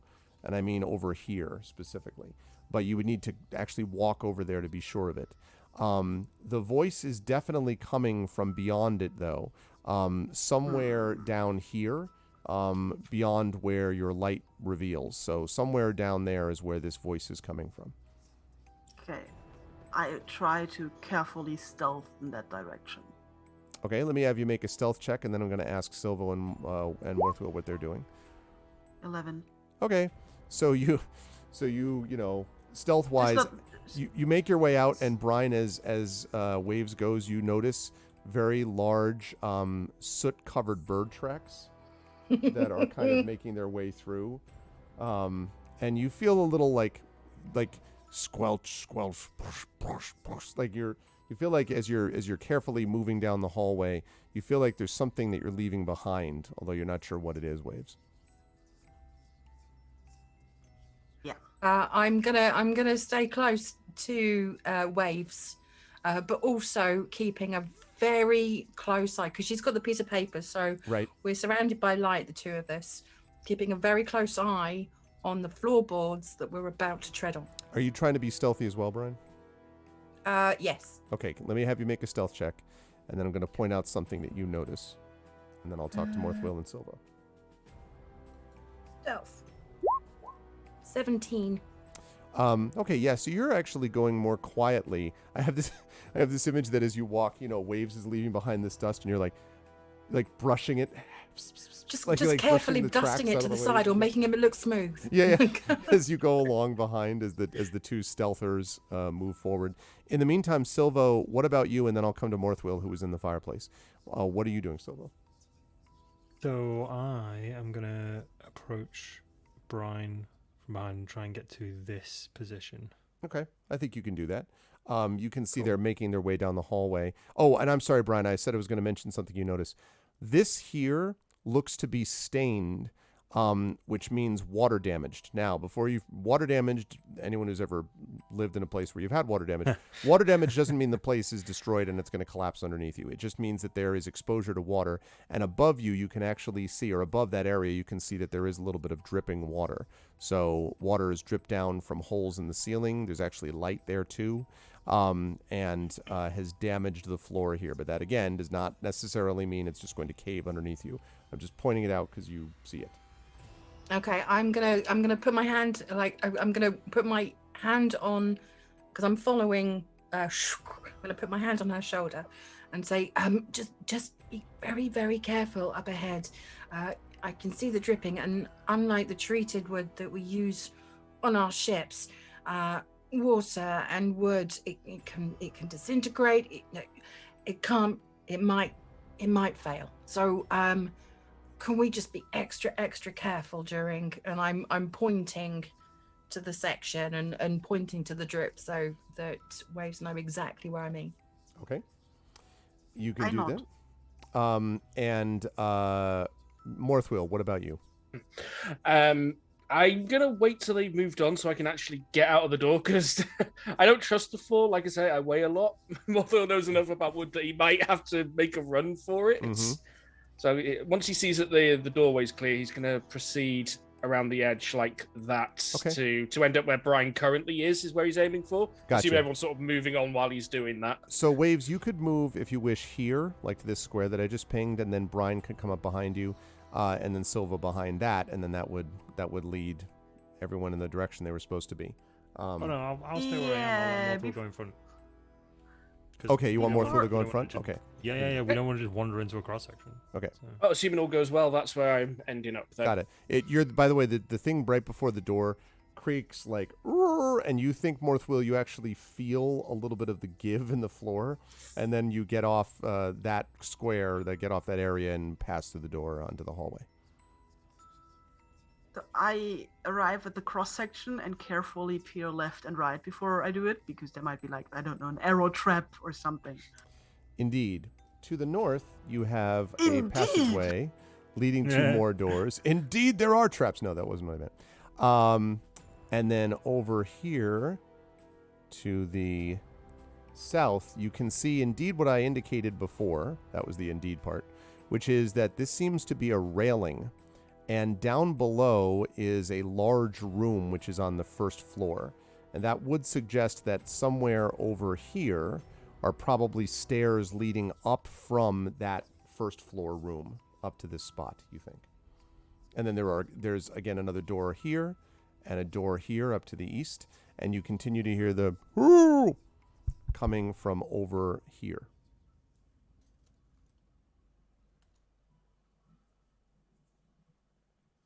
Okay.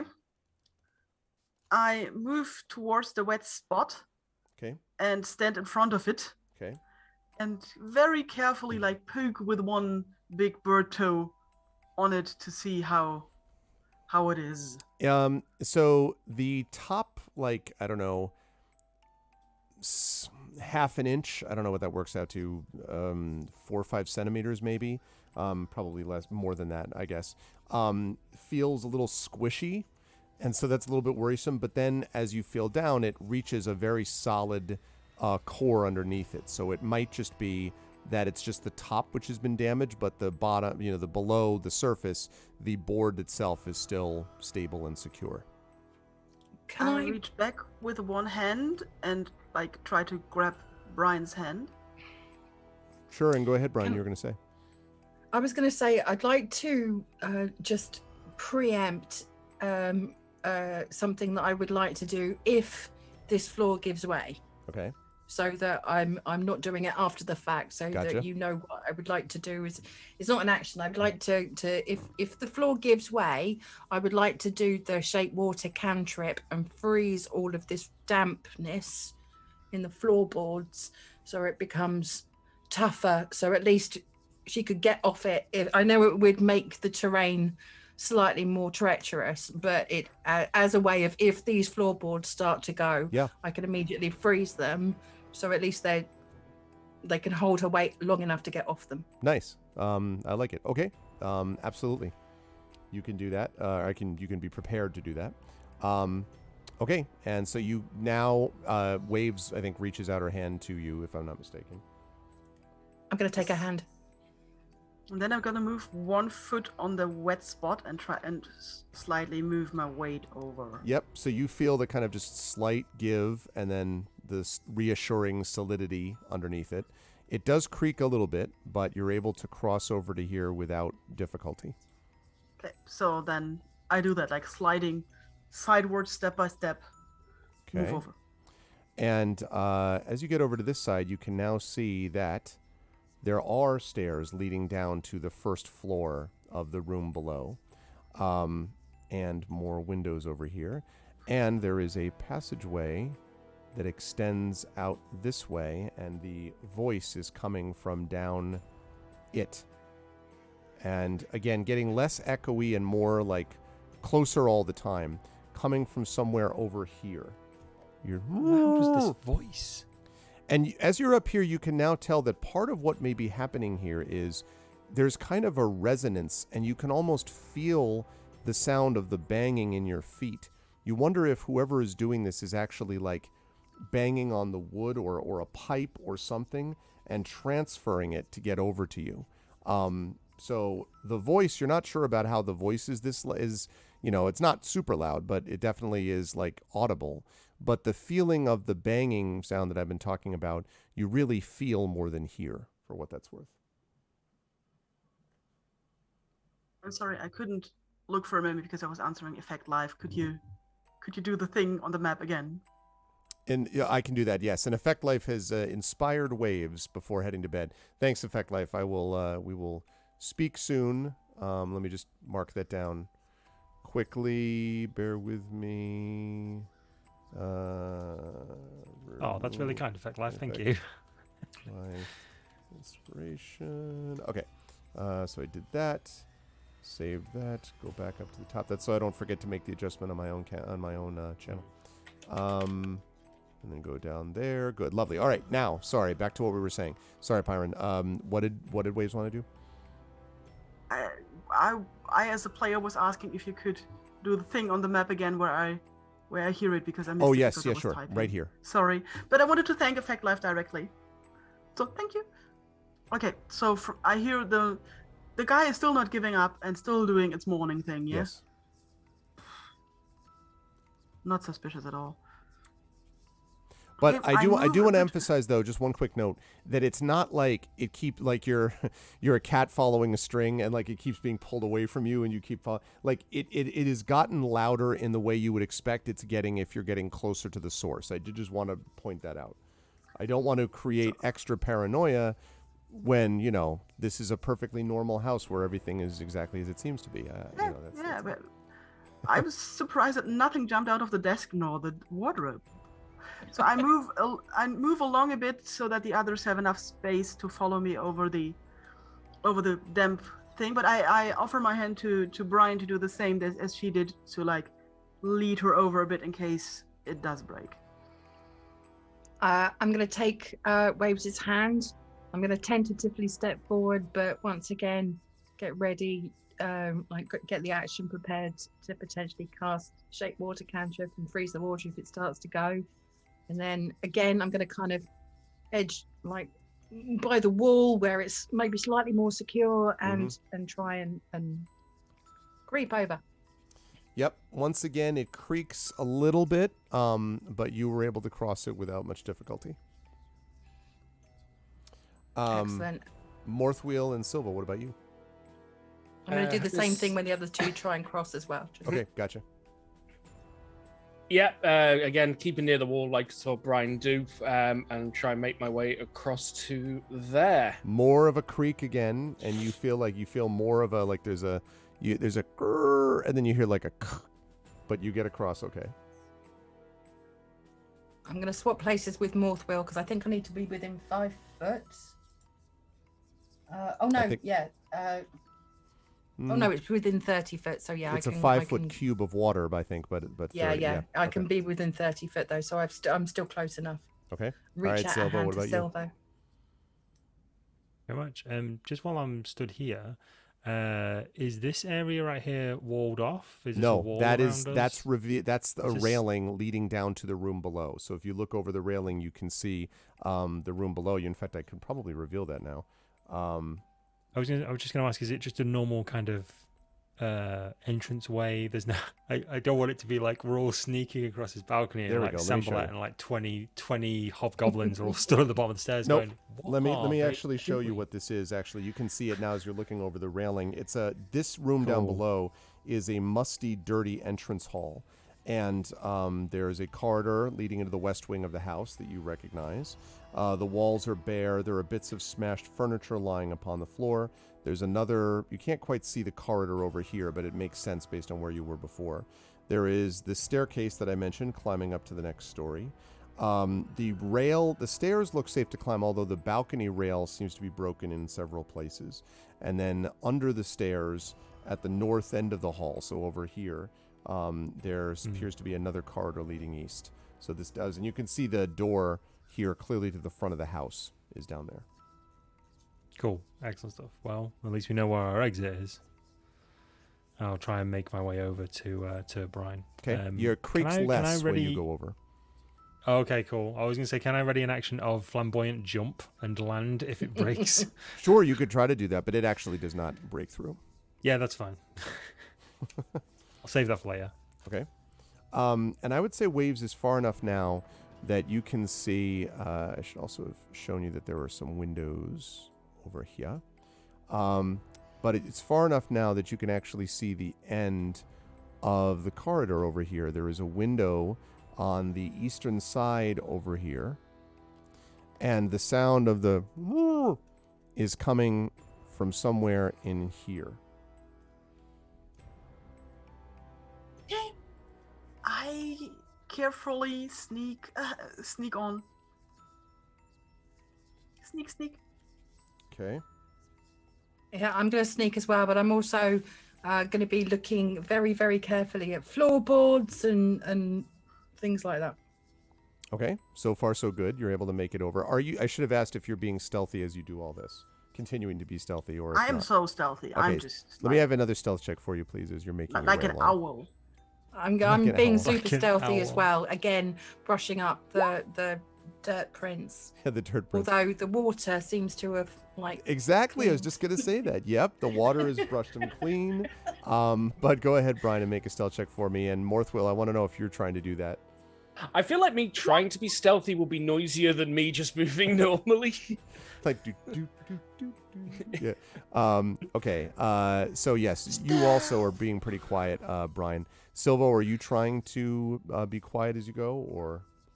Yes. What I'm going to do first, though, is there enough water here in this patch? Is it like an actual body of water? that we No, could it's freeze? damp. It's damp. It's not. damp. It's not a puddle. Okay. Do I think if I froze it, it would be treacherous for anybody coming up behind us? Yes, potentially. Would it basically make it slippy wood?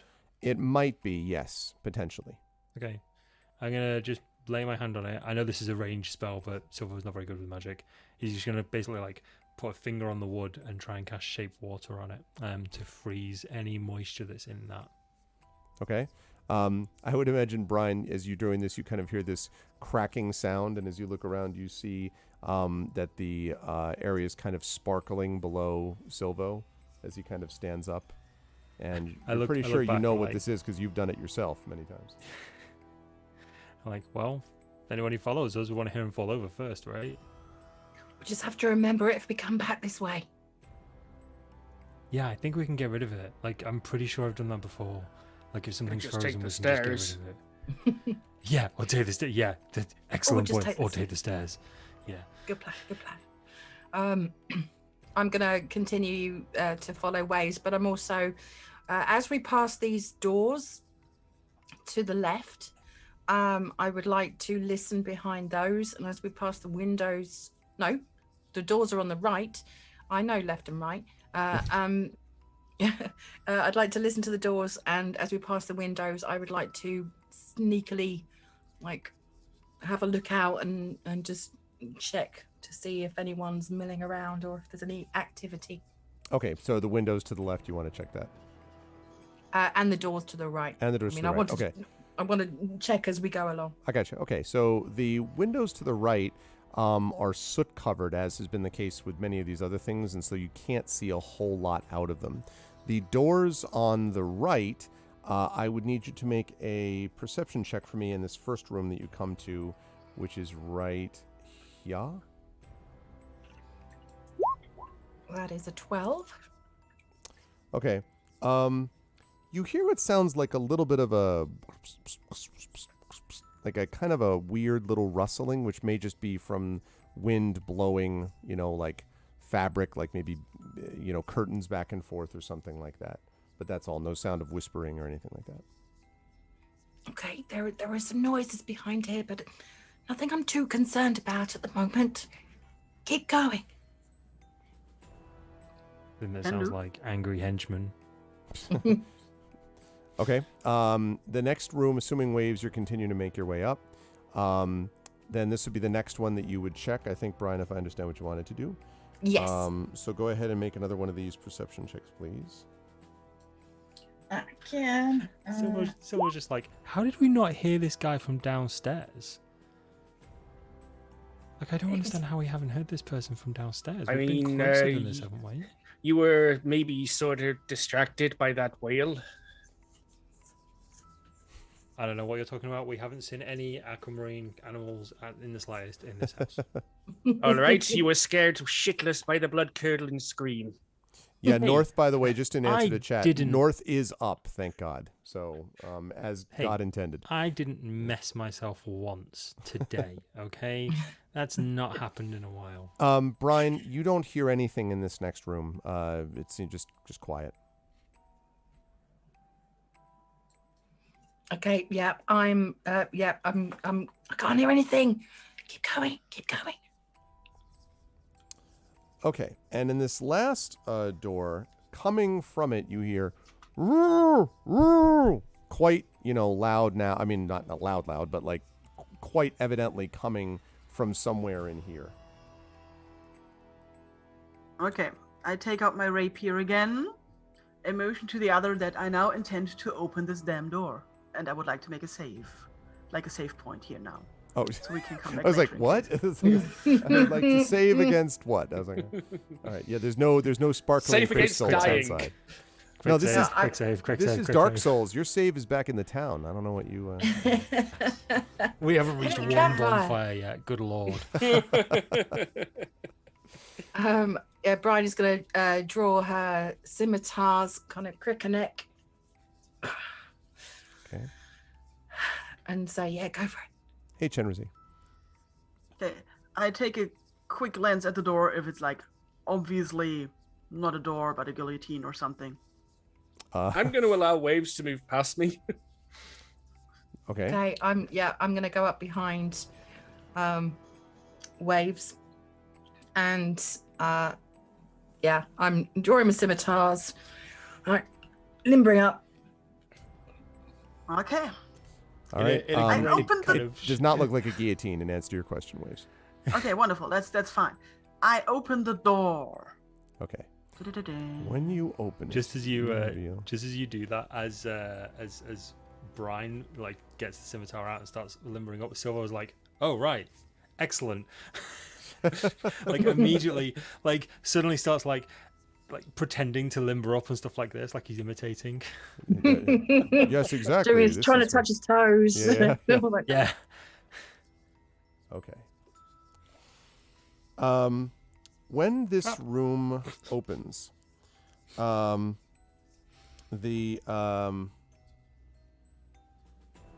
shoot, I made a mistake. Darn it. Sorry.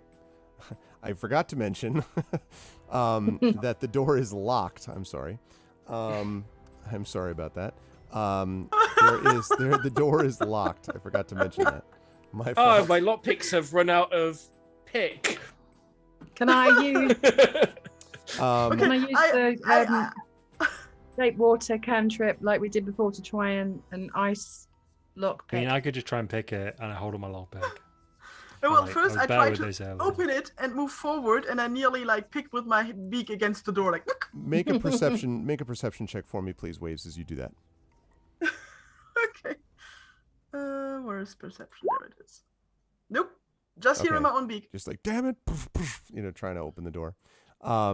As far as the question about shaping the water, you don't know that there's enough water here to be able to do that, Brian.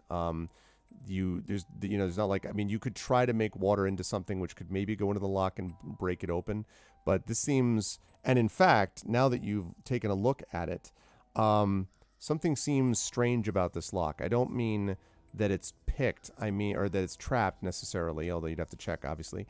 I mean that it seems somewhat newer, this lock. Okay, and I honestly, I haven't role-played refilling my water skin either, so I haven't got any water on me because I used it previously when we were downstairs. Are you verbalizing that you want to do this with water? Oh, I'm just saying. Just... Damn it! My water skin's empty. It worked before. Has anyone got a way of getting through this door? I've got two options. I take my spare water skin, and I show my spare water skin in my lockpick, and Morthwell obviously shows their lockpick as well.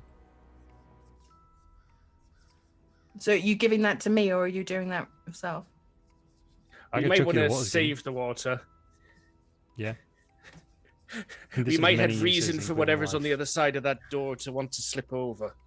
This is true. Everything else in this house has tried to kill us. See you, Chinzy. Yep. Morthwell will start examining the lock then if nobody's gonna do anything else. Morthwell, perception check for me, please. Okay. Do this with guidance. 13. As you go over to look at the lock, Morthwell, you notice something glinting underneath the bottom of the door. And they're just sort of like you can see the light is glinting off of something just right underneath the door. Hey, there's something at the bottom of the door here. Can I examine it? Sure. In fact, if you lean down to it, you can see that it is an object of some kind. In fact, it looks like a key. Move out of the way. Really? Yep. Okay. I fish it out from the bottom of the door. It is a small, fairly, I shouldn't say tiny, but, medium-sized, I guess, silver key. And it feels like a normal key, not magical in any way. I do have proficiency in Arcana. Well, go ahead and make an Arcana check for me then. Okay. Some guidance as well. Could you just let us know what was it, like our side of the door, or yes, directly your under side the of the wood? door? It's our side of the door. Okay. Yes. I mean, it was a little bit underneath the door, but it was more on your side, obviously. It's a strange place to find a key for a door. And it does not appear to be magical from what, I mean, it's not detect magic you're using per se, but it doesn't seem to indicate anything that would make it of magical origin. Is it me, or is this a mighty weird place to find the key for the door? It looks like a normal key to me, but I don't know what a magical key looks like, so they all look the same to me. Hey, but people don't usually put the key for the door on the floor outside the door, in my experience. Under a plant pot, maybe, but well, that's a good question. I try it in the lock. It opens.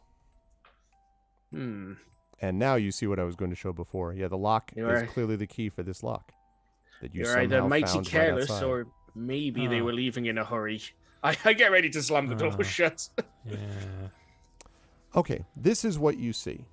In the southeast corner of this decayed bedroom lies a man.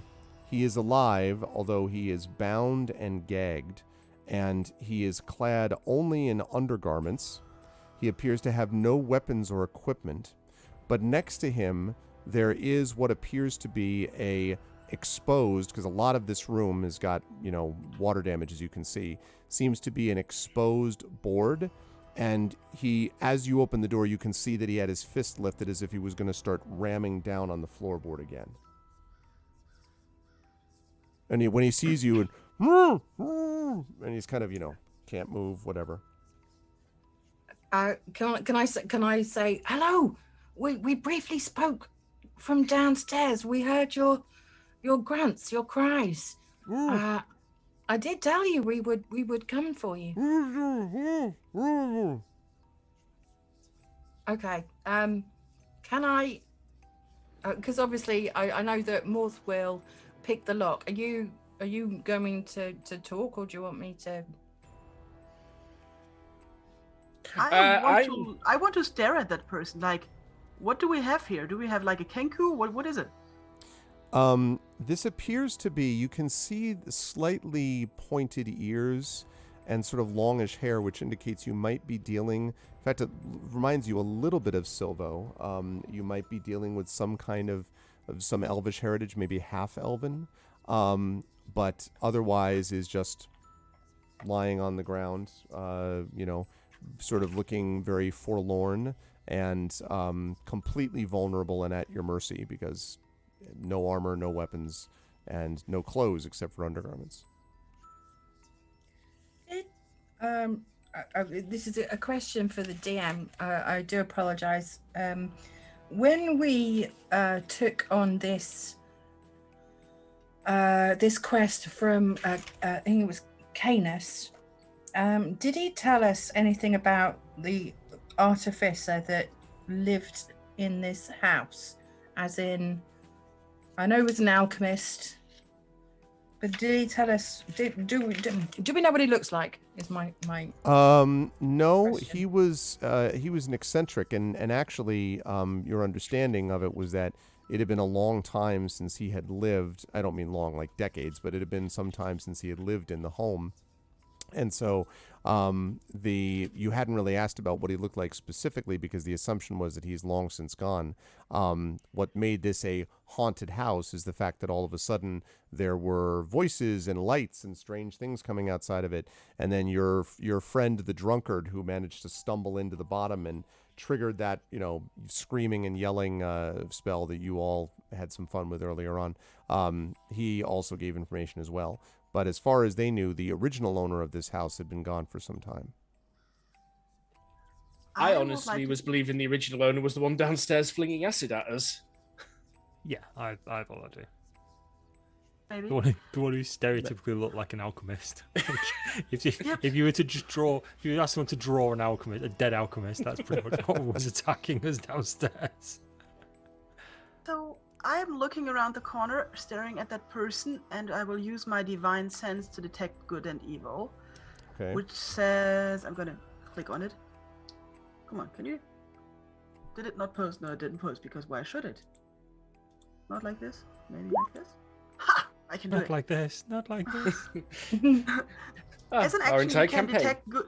As an action, you can detect good and evil. Until the end of your next turn, you can sense anything affected by the Hallow spell or know the location of any celestial fiend undead within 60 feet that is not behind total cover. Right. How many times have you used Divine Sense? I think because you I used it have once used before, right? I have it once before, and I can use it 4 times per long rest. So Okay. this is my So second. this is your second time. Okay.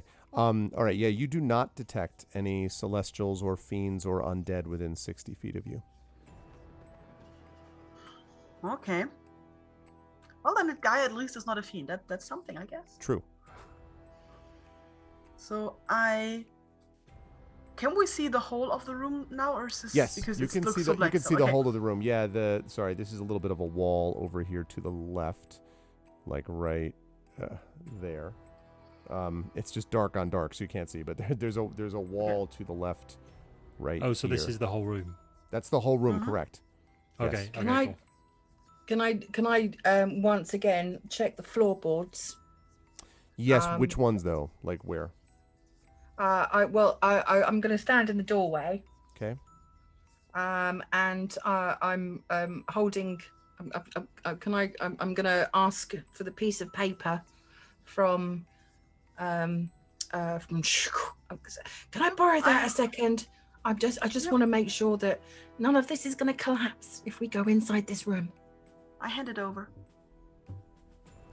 So And I want to have a look at the floorboards. Okay. Let me have you make an investigation check for me. I'm going to have you do it at -2 because you're not right on top of it. That'll be an 11 then. So it looks to you very similar to the damp of the passageway that was outside, but you can't tell if it's more or less damaged than what you saw outside in the passageway. It's just the similar kind of thing, but the degree to which it's damp is not as clear to you. Okay. I'm going to turn around to the others and go, look, there's a lot of water damage in here.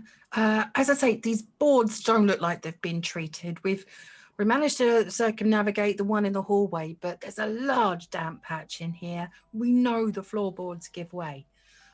So I'm happy to go in. I want to stick to the walls, but I'm happy to go in. Does anyone have like a rope or something that I can maybe tie to myself in case I fall? Morthul hands over his hempen rope. He's got a 10-foot rope. Is it 10 foot? Yeah, 10 feet of rope. Okay. Okay. I'm going to kind of tie it around my waist. Be aware if you're tying it around your waist and it's only 10 feet, then it means you'll be able to go basically a square before Morthul has to go with you, or whoever's with you, right? Because these are 5-foot squares, right? So. Yeah, that doesn't sound right, but I've got hempen rope in 10. But usually longer than 10 feet, actually. Yeah, it's usually 50 That might have feet. been me copying it down wrong then. Yeah. Yeah, that sounds more right. Although I really wish it were 10 feet, so you could just like shuffle behind it. Basically, if you tie your rope to Brian, I tie my rope to Morthwell, and then we all die. And then we're all in like this weird contraption. Hey, Scuba Bomber. 10 is the weight of the rope. Exactly, Wolf. Oh, it's the weight. Thank you. Got it. Yeah, so 50 feet of rope. That's a lot different. 50 feet. Yeah. Okay, so that's enough for me to get 5 squares. Bearing in mind that I want to go farther than that. These are 5-foot squares, remember? So you could go 10 squares with this. So you could reach that person if you were going around the edge of the wall. What I want to do is I want to avoid this wet patch. Okay. I'm tying the rope to myself. Okay. I'm giving the other end to all 3 of them collectively. Okay. So they can all like grab some rope. Okay. And then I'm going to come in the room, but I'm going to again hug the wall where it's going to be as stable as possible. So I'm going to go into the corner first, very, very carefully, tentatively. Okay. Putting a foot down just to test the ground before I move again. And then I'm going to try and make my way down towards this guy. Okay. You're able to do that. And there is no creaking in the area that you remain in. And this is also a fireplace. I think that was probably clear, but just in case over here. And when you make your way down, he kind of looks up at you. His eyes are kind of haggard. He is, as I said, gagged and looks relieved. I'm going to look him very carefully in the eye and go, I'm not going to hurt you. I'm just going to move this. And then I'm going to take his gag off. I didn't expect to breathe free air again. Thank you. You're not one of them then down below. Most certainly not. In fact, we're being blackmailed by them below. But we heard your cries, and we couldn't, in all consciousness, leave you behind. My good friend behind me was most concerned for your welfare. We were talking to you from downstairs. We were trying to get to you as quickly as possible. I've been hammering away on this board up here and shouting until I made myself hoarse, but I thought it was useless. And then I heard you from a great distance, just barely heard the sound of someone yelling something about, were you there? It must have been your voice. And I yelled back, but I didn't think you could hear me. And then there was silence for a time, and I figured you'd gone away. I can't believe someone actually made it all the way over here. What a relief. Well, I mean, we are nothing but tenacious. I'll give us that. I look around to my crew and just give them all a bit of a wink and a double fingers. We have been tricked before. I'm just learning this from you landlubbers. May I just inquire about your name before we free you from your bonds? Oh, yeah, it's Ned. Ned Shakeshaft is my name. I'm from Seaton. Ned Shakeshaft, how did you end up in this predicament? Oh, I came in here the night before to find a place to sleep. I was on my way to Saltmarsh, and I was hoping to find work as an adventurer, doing what all you lot are doing, except you're doing it much better than I could, obviously. I came to the back door, and I reached the kitchen down below, and then something hit me from behind, knocked me unconscious. And a few hours ago, I woke up. I was bound like this and gagged and stripped of my possessions in the room. I didn't see any attackers or hear anything. I figured someone just did what they could to take things from me and take my stuff and then leave and be off with me. I think it's lucky that I'm still alive, to be honest. Do I believe him? Yeah, I was going to say, does he sound truthful to me? You can make an insight check if you like. Oh, yes, please. Insight, you say? Yes. Wave's eyes narrowing. Inanda, you're just like totally believable. I'm so trusting. Yeah, no one has ever lied to me ever. Yeah, like, I mean, really, this is who would do that? Who would Waves, this something about this doesn't feel right to you. The fact that there is a key right outside the door. Oh, and I didn't mention this, Morthwill. When you put the key in the lock was recently oiled. Got to mention that. And so something about this feels odd to you. First of all, you're not even 100% sure why you hadn't heard this person before when you entered the house, only why now. And, you know, the person's story seems legit enough. I mean, it is true that this is a house that would be a place that one might stop on the way to Saltmarsh, but it also seems like a very creepy, weird place to stop on the way to Saltmarsh. This is not an inn, so... You would have to get past the snakes and the giant weasels. Right. Exactly, Driven. If you can't trust some guy tied up in a haunted house, who can you trust, right? Like, who's... I moved towards Brian and put my hand on her shoulder to get her attention. I'm literally just about to start untying. No, I stop you. Take it as read that I'm saying I'm not untying him. I'm just about to start when you stop me. Take it as read that I've conveyed about the oiled lock as well being a bit odd. So you mentioned that also, Morthwill? Yeah. Okay. When I have your attention, Brian, I point at him and I shake my head. And then I look at the guy and I say, "Bitch, you are so fake." He's lying. Why would he be lying? I'm gonna back away from him because I'm a little bit shocked that someone would lie to me. And he's like, "Why would I lie? Look at the condition I'm in. I've been here for hours. There's no reason for me to lie to all of you. Why? So you can kill me instead of whoever attacked me the first time?" When he says he's been here for hours, that is something we know not to be true because we haven't heard him, so I shake my head at that directly. Silvo, by the way, what are you doing during this? I'm kind of just standing in the corner, to be honest with you. I'm still kind of here now. I'm kind of approaching Brian, but making sure I'm not kind of in the way. I'm kind of leaning against the wall. Okay. I'm just like shaking my head in disbelief. He's like, but he's tied up. I mean, why? Exactly. But obviously I trust my crew implicitly. It has to work on trust. I turn to Silvo and go, but why is he tied up? Brian, I hate to say this to you, but I've used Get Help before. This is so absurd.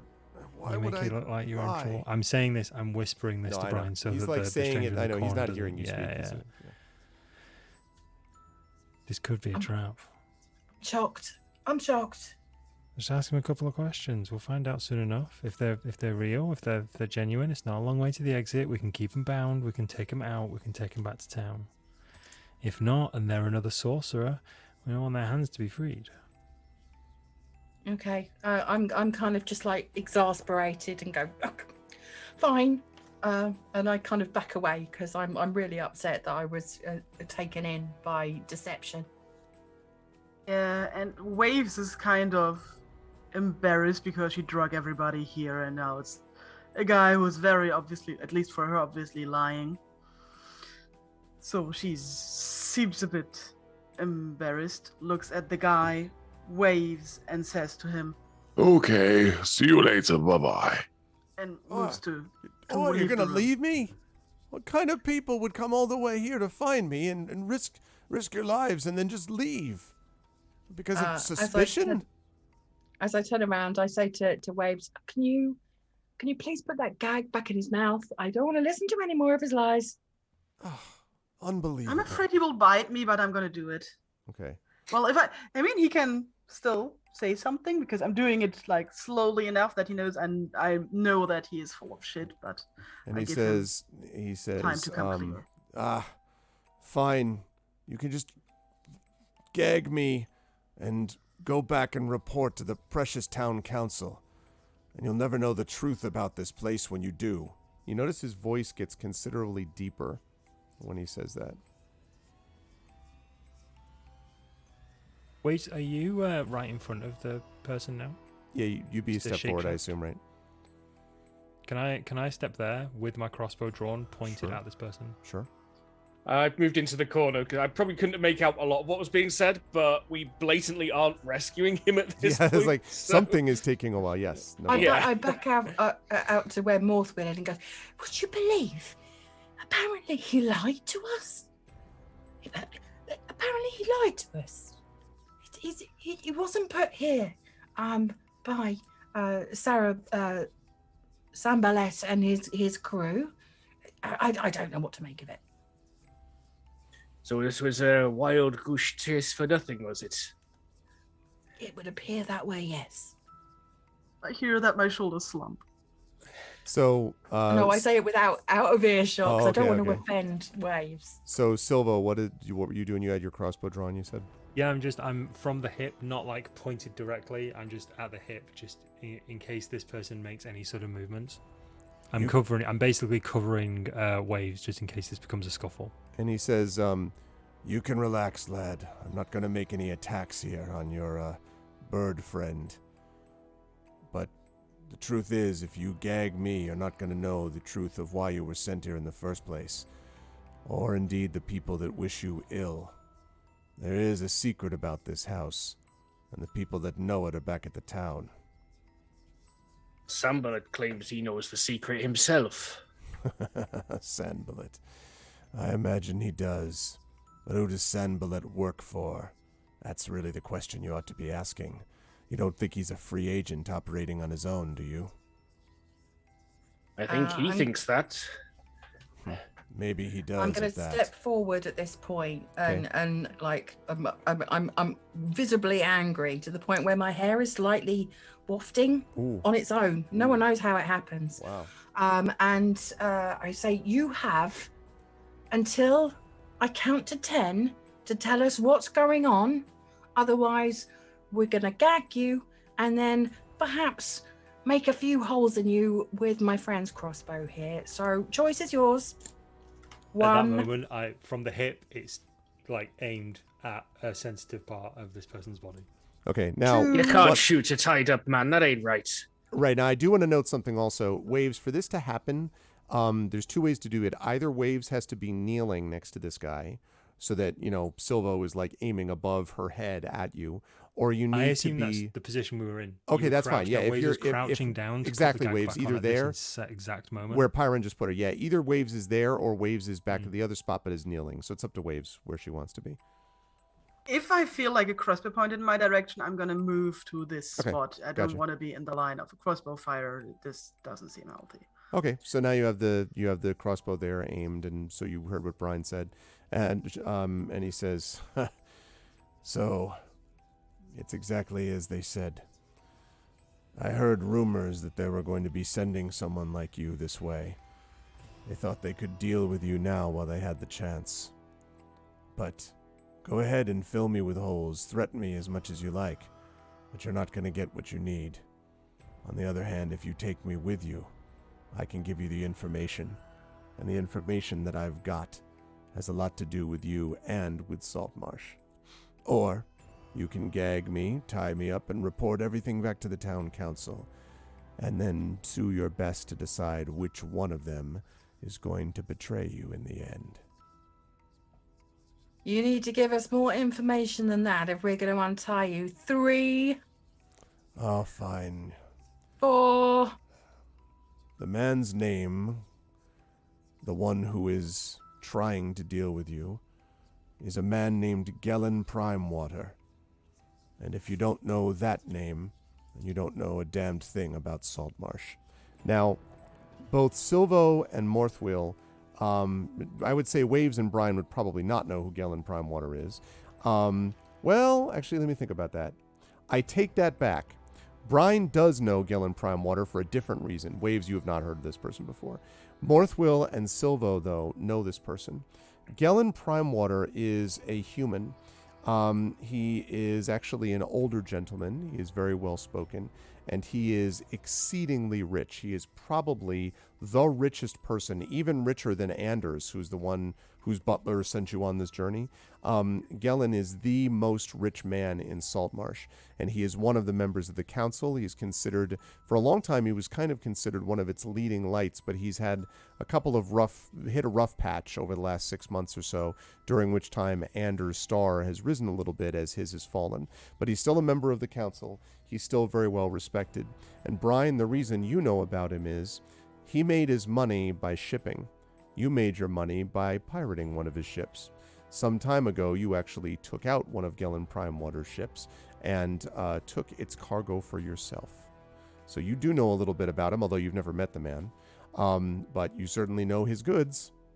So yes, he is a trader. He has numbers of contacts all up and down the Azure Sea, leading here to Saltmarsh. And as I said, he's a member of the town council. Interesting. I turn to I'm not going to say anything of what I know of him. I turn to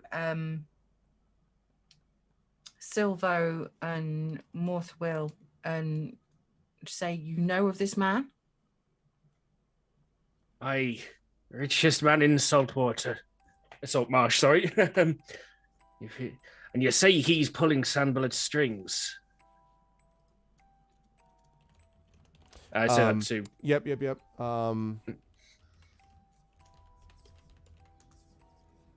Honestly, he's just a bit of a Just pompous give me ass 1 with too second much here. gold. You'll be amazed how much damage a pompous ass with too much gold can do. Yeah, tell me about it. But why? Boredom. Okay. So sorry, Morthwheel, you said the thing about, so he's pulling Sandbullet, and he says, probably. All I know is that Geller wanted to make sure that the party that got sent here never made it back. And Sandbullet was supposed to be doing something of the same business, or at least that's what I thought. Maybe Sandbullet's decided to go off on his own and gone rogue. That would be interesting. Or maybe Sandbullet and Gellar have something else planned that I don't... and Gellin have something else planned that I don't know. I only know my own orders. And what were your I've explained orders? them. My orders were to bring you here and figure out a way to make sure that you didn't exit.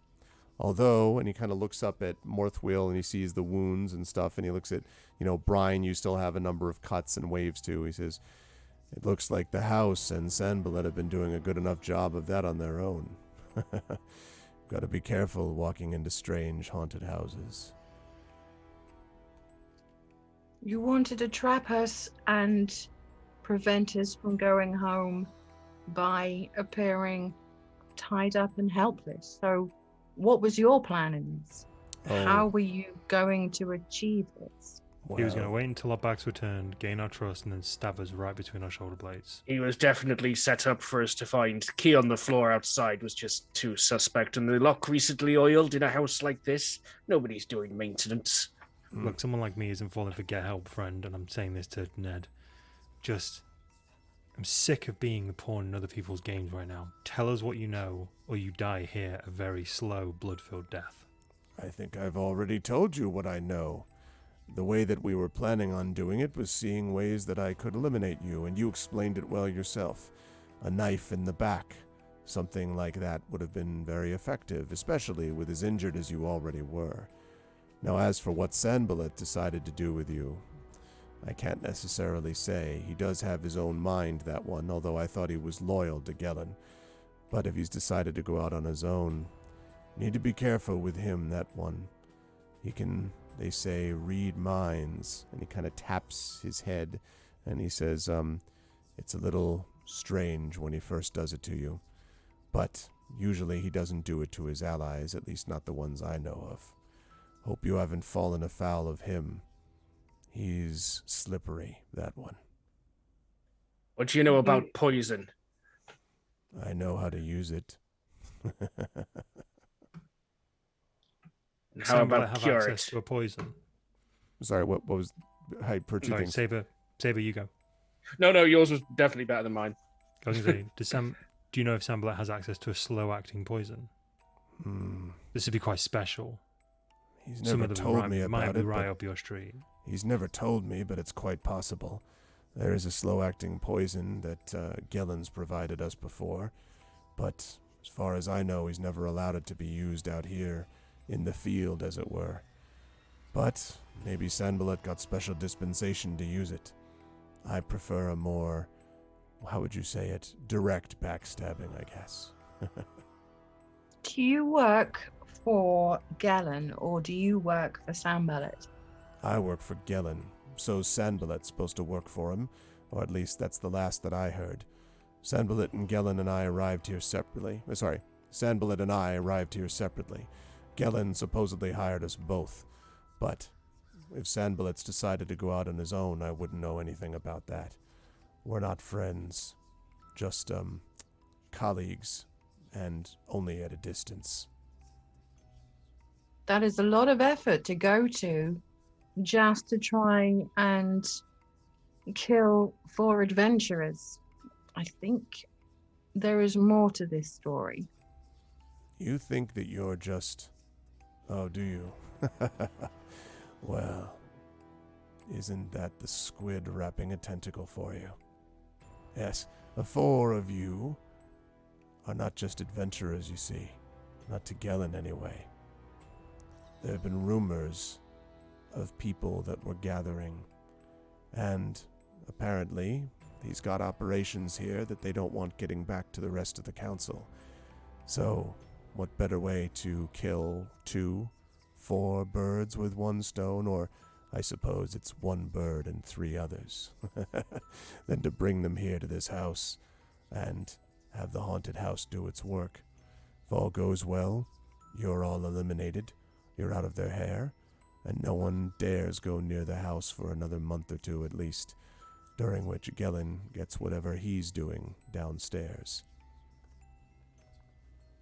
And what is he doing downstairs? I very much doubt that you would walk into this as blind as you appear to be. No, that's where you're wrong, Les. I make sure to keep myself only focused on what I'm told to do. There's all kinds of rumors that Gellin's been involved in smuggling all up and down the Azure Sea, but nothing's ever been proven. I've heard the rumors same as anyone else, and it could be that there's access to the ocean in this place. He might be running a smuggling operation right out of here for all I know, but I don't ask questions and I don't go into strange houses, or let me rephrase that, the bottom floors of strange houses. I do only what I'm hired to do. My job was to remove a set of pieces from the board. You were the pieces. As he says that, Silvo moves forward a step, still pointing his crossbow at him, and very angrily, I can't be too angry because it's dead late in the house. I got you. Very angrily kind of hisses, I'm sick of people being other people's pieces on their board. What good are you if you can't give us any more information? Just look, lad, what other information do you want? What have you got? Anything. Gellin, Sambalat, the council, any of your nefarious, filthy little friends. The only thing that I can tell you is that Gellin's dirty. You should know that already. Gellin's been losing, as of late, some of his authority and attention in the town. And if all goes well, the town is going, or if all eventually goes the way that he wants it to, he'll have his authority restored. The last thing that he wants is for people to know who it is that he's been in league with. And Where can we find this Gellin? Sorry, carry on. No, sorry, go on. Back in town. When you get back to town, carrying me all trussed up like a turkey, I'll sing for my supper as much as you want. Obviously, he put me in a position that now I can't get out of, and I'll happily, to save my own skin, throw him under the bus. Him and the rest of the lordlings. You ought to know something about that. I think I've seen you around the streets before, he says to you, Silvo. Silvo just looks like he's shaking at this point, like with anger. Does it sound like he means it, that he will sing like a bird? You could make an insight check for me there.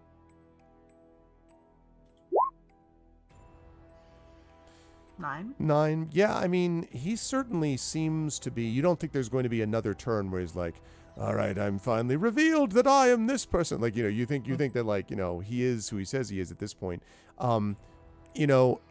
It's hard to say if he's telling you absolutely everything that he knows, but it seems to you pretty clear that he is genuinely annoyed at the fact that he's been put in this position, and even the stuff with Sanballat seems to have irritated him a bit. You get the impression he's not the biggest fan of Sanballat. I would like to check his bonds, because if he tied himself up, he might have a way of untying himself. So when you check his bonds, and you hear him kind of chuckling as you do that, you notice that he has, that the bonds are fairly well tied, although you could actually, you could secure them even more by doing a couple of things. But you also notice that in the waistband of his undergarments is a small vial, and there is a kind of greenish liquid inside it. I take it. Okay. And Be I careful hand with it that. over to... You don't want to make sure you don't get that on your skin or accidentally inhale it. I give it to the dangerous. artificer. Okay. So I give it to hand the back artificer. He knows about this Okay, stuff. Morph will. If you want to take a look at it, you can make... let's see. Let's make this an investigation check. You can do this at advantage, though. Okay, with guidance again on whichever the highest is. Well done. For good measure, 19. This is almost certainly poison.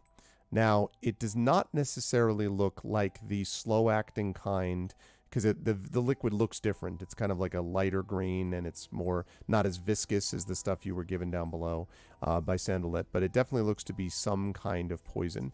Not much of it, though, unless it's like incredibly deadly, probably just enough for like a single dose. It could also be used to envenom a knife or something like that as well. Okay. I carefully check the rest of the undergarments. Yeah, the rest of it is just nothing but his body. There's nothing else in there. See, doesn't seem to have any opportunity to actually open his bonds.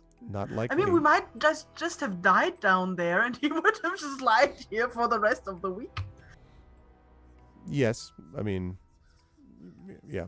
The DM remains silent. Okay.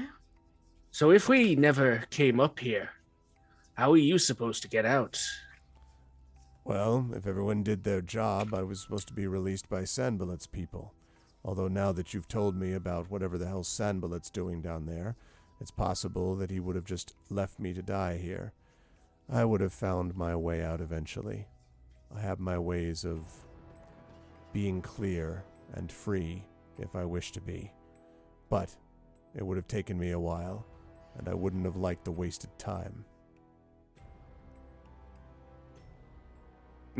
Like the time we've wasted coming up here to rescue you. I don't think it's wasted time, friend, because now at least you know what you're up against. You can't trust Gellin Primewater.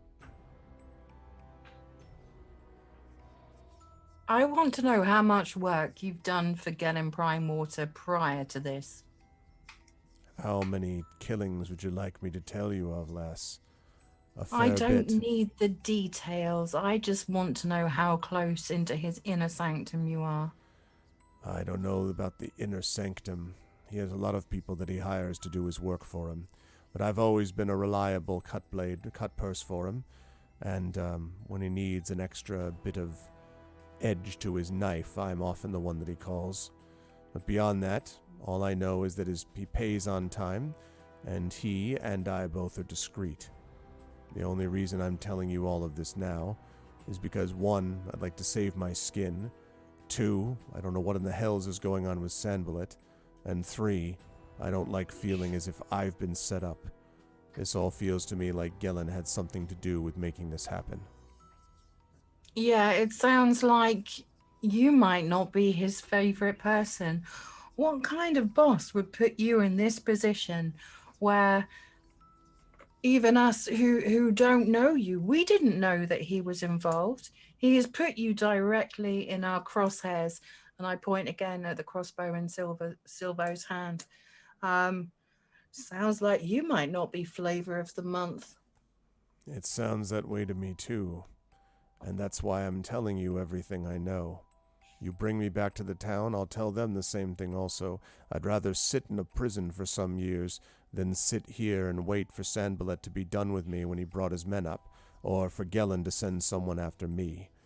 And as far as that's concerned, if I do get free, I wouldn't mind having a shot at Gellin himself. I think you can wait your turn. I point towards the rope at his leg and towards the parking like a question in motion. So if I should untie his leg so he can walk with us. I kind of make a head shake. I'm like, not yet. We retie his hands first. We're taking him with us, and no, hands are tied. Yeah, no, she hasn't untied his hands. Well, okay. Being in this position a couple of times, I'm going to use some rope from my backpack to tie his arms at the elbow together as well. So Gotcha. It's like that, basically. Okay. It's going to be incredibly uncomfortable for him, but I don't really give a damn. Yeah. While Silvo's tying his elbows together, I want to ask Ned, since you've been working with Gellin for a fair while now, are you aware of who else on the council might be a little grubby? I suppose it depends on who you talk to, but I don't know anyone else who's involved with the same people that Gellin is. As far as I know, Gellin used to have the most money, still has a lot, used to have the most power, doesn't have as much as he used to. Most of the other council are either self-interested or idealistic sots like that Anders, or they're people who are just normal, everyday folk. You know, the salt of the earth type. He kind of glances over at you, Morthwheel, and those types, of course, are the most dangerous of all. Can't have any commerce or actual thriving business with people who are too honest to run it. But if you're asking me if I know of anyone else sending out people to eliminate targets, I don't. But I can promise you I'm not in the town council's inner circle. The closest I get is Gellin. And the closest Gellin gets to honesty is when he walks by the church on his way to work in the morning. Interesting. I turn to my crew and say, so are we taking this gentleman back to town so that he can attest to Gellin's smuggling practice up here in this house? We've been asked to find out what's going on up here. I think we have a fairly good idea now. I'm finished tying his arms / elbows together, and I kind of motion for someone to maybe untie his legs. I don't know about the rest. Oh, go ahead. I untie his legs unless somebody stops me. I don't stop you. Go ahead, Morthwheel. I don't know about the rest of you, but I definitely feel a powerful lust for some fresh air. I think so. I've still got half of that chimney in my throat as I cough again, and this plume of soot comes out of my mouth. I completely agree. I don't know how much more there is to learn in this house, and this artifact that Sanballat wants us to find sounds like a wild goose chase to keep us occupied whilst this poison does its work. Or even if we found the artifact, he probably had no intention of giving us an antidote anyway, except maybe him over there. I say, pointing at Silvo. Well, I'm not singling Silvo out, although you do appear to be of use to Sambalat. But if his orders were to kill us, then keeping us. I don't know why using slow-acting poison is an effective way. Why not just give us fast-acting poison? I'm pondering these things out loud as we go. He had plenty of time to just outright kill us down there. So he Just not definitely able wants to us for talk. something. So, Yeah, there's something fishy going on here. So Waves does something she rarely does, as like she actually doesn't use sentences but puts words together. Although you can see that she doesn't like that, so she uses words that this Ned guy has used, and says also words that Samuelis has used and everybody else. So it's like different voices for every word, and she says, "Galen heal poison." Yes, it does sound, if this is a poison that is a preferred method of his, you might well have an antidote. Again, this seems like a strange method. Especially if Sambalat sounds like he's gone off script, as it were. At this point, you have Ned up, I assume. Like, I understand. Yes. Okay. Yeah. Let me know if you're walking out of the house. I just wanted to make sure I knew where you were having this conversation. Yeah, I'm gonna put my crossbow away. I'm going to take my dagger out and hold its kind of blade point to the back of Ned, and I'm gonna start walking him out. And I'm just gonna whisper to him in normal voice, not telepathically, "If you move or try anything, I will bury this in your spine." You got nothing to worry about me. Just make sure you stay clear of Sanballat. You can put it in my spine, but he could get into your head. Well, don't worry, friend. If we trip up and fall into Sambalat's crosshairs, you're getting pushed into them first. And with that, I kind of pat him on the back and lead him out. Okay. And just to be clear, are you folks going down the stair, and right over the ice where you slip and fall? I'm assuming you're going back down the stairs here, but correct me if I'm wrong. I think that would be a good idea. And out the back door, since it's near it and doesn't lead past the trap door, which might have an angry wizard waiting for us. Yeah, although is that the back door? Well, no, this is the front door. Like so. No. You mean going? You mean going to the this side one. here and then going out this way? Oh, you mean? Oh, okay. You mean go out this one? Okay, yeah. The one we know is absolutely safe as long as we don't go near the well. Oh, I see. You And- mean going on here? Oh, yeah. yeah. Okay. Gotcha. yeah, and not near the screaming staircase either. Yeah. So So you want to head back towards the room with the trap door in? No, he I'm saying means I don't want to do You want that. to go No, no, here? no, right? You don't no. want to. You want to go. You want to go back to the one we originally came through. That's Yes. right, because Right. we Okay, know we've cool, cleared a yeah. route, so we can Okay. go out Good, past the good, well, good. back round the front, because there's the weasels are gone. Well, I hope the weasels are gone. We know that door is not trapped and Let's stuff, Let's so we not can remind go the in. DM of that. There is Yeah. still a snake in the well. This Just is saying, also we not- didn't kill Remind both the DM of snakes. that either. Yeah, but we're not going to Let's walk up and shove our face down it this time. Yeah, I'll let's do my not go best. I can't guarantee it. Let me have you tap bring Ned, I'm your just like, tokens I have down a- here. Okay. We'll I just have a run meat very, very shield. fast.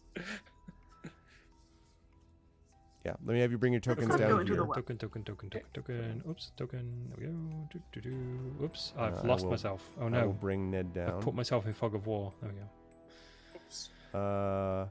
Was Ned? There he is. Okay. There we go. Okay. All right. So you make your way out, if I understand what you're doing here. Yep. Out of the house. I am kind of frog marching Ned out Yep. of the house. So wherever he goes, I'll go. As you march your way out of the house, the snake is not visible near the well, and as the house sort of looms behind you as you make your way around the outside of it and then back down the path. And as you do all of that, heading back down, there is a moment, Silvo, where something kind of tickles your mind, and you look back over your shoulder. And I would say Brine and Morthwill and Waves, you probably also, something also might encourage you perhaps to look in that direction too. And as you look, you can see out of standing on the front doorstep, so the front door of the entire house, with his arms folded and a cruel smile on his face, is Sabalet. And he looks down at all of you as you are now a good distance from him. And in your mind, he sort of looks, kind of tilts his head a little bit, and he sees you with Ned, and his smile becomes wider. And in your mind, Silvo, the rest of you, all of you see him, but Silvo, only you in your head here. Tick, tock. Tick, tock. And that's where we will bring our session to a close, with the announcement that the party has advanced to level 2. So the party has advanced to level 2, but at what cost? No, I'm just kidding. Man, what an insanity anyway. What a fun session to DM, and just watching everybody kind of work their way through. I was a huge fan of watching everybody go through stuff with Ned, and that was a good insight check on Waves' part. There were multiple ways that whole encounter could go, and there are still multiple ways that encounter could go. You obviously know that, Ned is Ned, so who knows what's going to happen with that, but there's stuff to be found. You will see when you return. And now what's the deal with this Gellin Prime Weaver, and who can you trust? And it's great. I am looking forward to it. And of course, I'm also looking forward to you folks moving up to level 2 in advancement. So, which is going to be good times. What are you showing, Morthwill? What is that? Replicate magic item. Oh, nice. That's at level 2? That's one of my level 2 abilities. I get a choice of 4 infusions that I can have, 2 of which active at any time. One of them is replicate magic item. Awesome. I think at higher levels I can make a bag of holding. One thing to note, by the way, just for everybody, is that as far as the hit points are concerned, everyone can sort of, before we do our next session, you can add feats, you can do whatever, or not feats, you can add whatever abilities would come for you at level 2. I would ask you, I think, to maybe wait to make your hit point rolls until we actually have our next session. When you get the hit point rolls, it will increase your maximum to whatever, you roll, but you won't go up in actual, this is what I physically have hit points until you have a chance to rest, because you are currently on the way back to town. That said, I'm not going to be a jerk and make it so you can never rest for the next 3 weeks. I'm just letting you know that, you do have to, you don't just instantaneously da-da-da-da, as you're walking. It's not Diablo. Yeah, exactly. We're not immediately you have all your spell slots and your wait health for back. it, now level up. Yeah, exactly, no. Yeah. But this was so much fun to watch people go through this, and it was it felt very Halloween-y to me, which was, I think, appropriate. I will start with Inanda on the bottom of the column. Inanda, you had a lot of good stuff going on there. First of all, Brian had... I love the moments where Brian was acting as sort of like team mom at a certain point, where it's like, okay, listen, you don't fight you, don't slap this person, what are you doing? And then this kind of sort of good-natured but still exasperation at Waves doing all this stuff, like just being like, can you, and the stuff that Silvo is just straight up just like, what the are you doing? You're just like, look, maybe this isn't the best idea, that kind of thing. And so I was really enjoying that. And of course, getting a chance to see some specific pirate background stuff that you might know, and that, as you might imagine, that may come more into play as time goes on. How did you feel about today's session? Where will the fine folks find you next? I loved it. I had a lot of fun. It's great. My perception of obviously Brian growing as a character is very much when we were on the pirate ship, we're stuck at sea together. So it's not only important, it's vital that there's no infighting. Right. So she's very much one, and you have to trust your crew, which is why I'm not going to be leaving Waves on her own, and I'm not going to be turning my back on Silvo, regardless of what transpires about his background. If we're in a crew together, we're in a crew together until we say we're not. But yeah, I really enjoyed today's session. Lots of fun, and I didn't die. And you didn't die. Did I not say that there would be you would not face death on this day? I did. You did, and I am very, very appreciative of you not DMing in a way that didn't put me in imminent danger. Well, you folks all did that yourselves with your careful play. Where will the fine folks find you next, Ananda? I'm over on my own channel tomorrow playing some Mass Effect 3 because of the GOG showdown on Sunday and the light team won. Grumble. I'm going to be playing Wallace and Gromit's Grand Adventures on Saturday over here on GOG, and then on Sunday I'm doing a Halloween cooking stream, which will be fun. Oh, nice. What exactly are you cooking? One of my mates, in fact, Francois's girlfriend is actually coming down to my house, and we're doing a co-op cooking stream together. Menu is secret at the moment, but it's going to be fun. We're going to be shenanigans and things. That's cool. Nice. Halloween cooking shenanigans. Nice. Good stuff today, Ananda. Thank you. Well done. I will see you for this stuff next month again. Mike, Silvo, I like the idea that you said early on that you were like, wait, so, he hasn't said anything yet? And I'm like, nope. And you're like, that's even worse. Because in the background of everybody, of course, in the back of your mind is Sanballat and the growing threat of not just the poison, but sort of the fact that Sanballat in a way is inscrutable and you don't know what the hell this dude's deal is. And apparently, who knows how much you can trust him, but there is no honor among thieves, and his fellow, criminal here, Ned, doesn't even know the sort of full extent of what Sanballat's doing. So there was all that going on, and Silvo has this unique, connection that we've talked about here. But also I thought that there was a lot, this was sort of the anger episode in a lot of ways for Silvo. You were pissed off at Waves for doing this stuff on your own. Then you were pissed off at this guy who was basically jerking your chain, and you're tired of everyone doing that. And you're just like, everyone tell me, what we want. You could feel a little bit of that, the shaking crossbow. You could feel a little bit of that moment. There's a sequence in season 2 of The Mandalorian, which is very much like this, that it reminded me of. And so, yeah, you could feel the sort of frustration coming out from Silvo. And, of course, this concern about what actually all of this means, because now there feels like there are more moving parts of people who are concerned that you have to deal with. And because you, as I say, know the name Gellin Primeweaver, and that it'll be interesting to see what your reaction then is when you all get back to town. How'd you feel about today's session, Mike? Where will the fine folks see you next?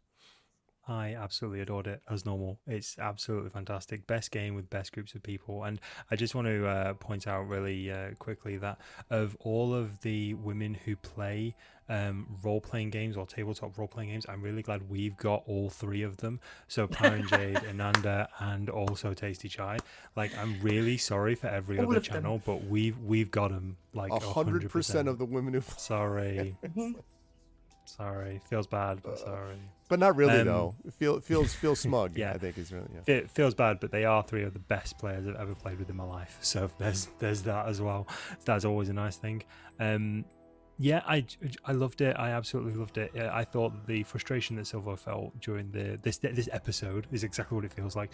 This episode was just because he's been put in a horrible position. He's been injured. He's tried so hard over the last year just to stay under the radar and not get into trouble, and suddenly all of this just stuff is just happening all around him and to him, and suddenly someone like Brian is like, no, we're a crew, we share responsibility, and he's like, he does the stereotypical, he's not a teenager, but in elven years he is a teenager.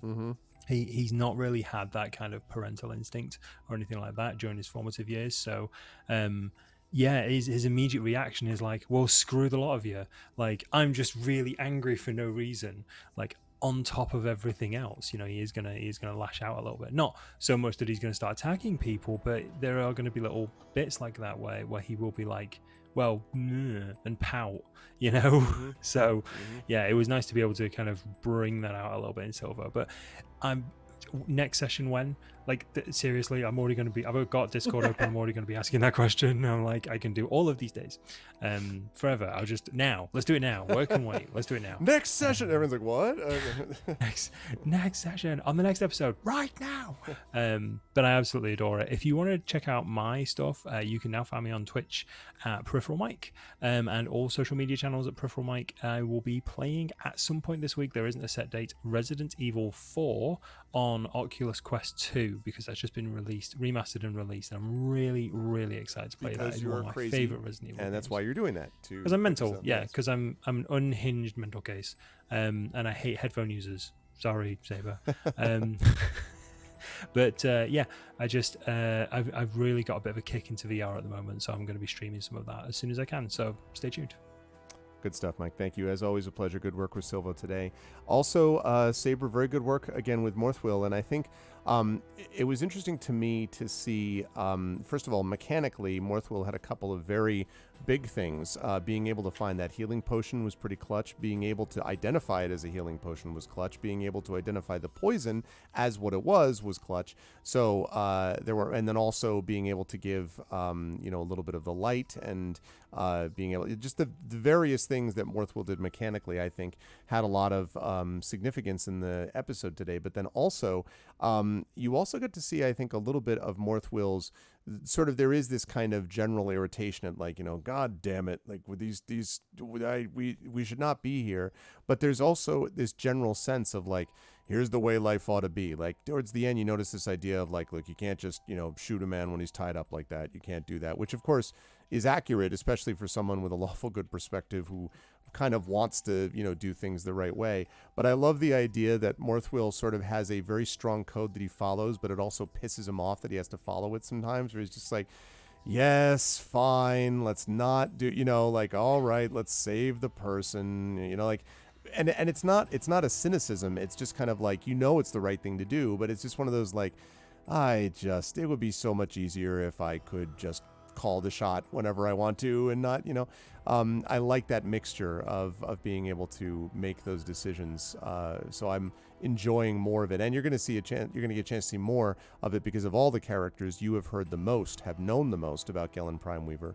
So it's going to be very interesting to see how that gets played out when you get back to town, because you do know his reputation, which used to be up here and now isn't so much, and you know something about the man, and that will be helpful, I think, in dealing with this next part. How did you feel about today's session, Morthwill? Saber, how did you feel about today's session, and where will the fine people see you next? It's been great fun as always, and it's one of the things I do really enjoy about these sessions is the moments where I can just sit back and let everybody else in the party do stuff as well. Like when we were having the squabble in the fireplace room, and then Morthwill's just like, invoice.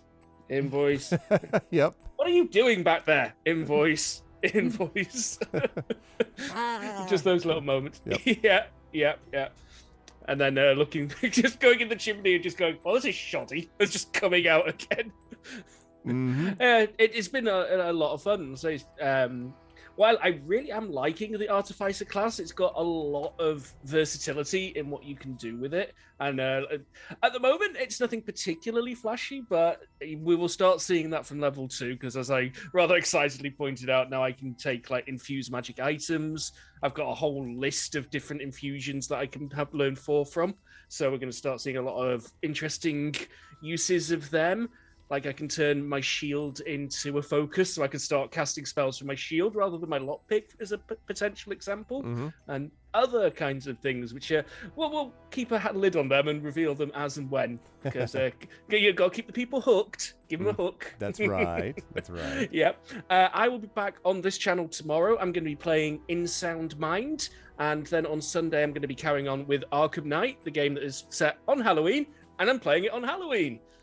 Not often I get the chance to actually do something like that, so that's just going to be fun for me, if nothing else. That's true, and so many Batman games are set around Christmas time that having one where it's just like, Halloween for Halloween, I mean, Scarecrow's the main villain, right. So having it any other time of the year probably wouldn't have made sense. Yeah, but I'll be back on my channel, carried on with just a few different horror games this week because it's the week for it. So yeah. That's me. It's good stuff. Thanks, Saber. Thank you again for doing Moonbot and Dashboard, and good work today. And last but certainly not least, Pyron, a lot of stuff that went down with Waves today was interesting, I think, because, and you even at one point mentioned this explicitly, we were like, is there a possibility I can make a role where she can realize this is a dumb idea? Like where, you were, and your character might have been somewhat at odds, but I think you played it the right way. My sense was that Waves is not this is one of the ways to do this, chat, by the way. It's as a hint. The way to do a kind of lawful good character in the way that Saber's done Morthwill, or to do a paladin type character in the way that Pyron has done, which is not just be like, "Rah, we must do this," and like, like Kool-Aid Man through every wall and door, but at the same time, be a very stubborn about being like, look, this is what we have to do. Like, this is the way things go. And, you'll think of the sort of smartest possible way to do it, but it's going to take a lot of convincing to get you out of a particular thing where it involves sort of something which is central to your faith or your belief. And Brine, in another way, although not lawful good, played it that same way and talking about, well, I can't leave you behind, because that's the whole thing about the crew.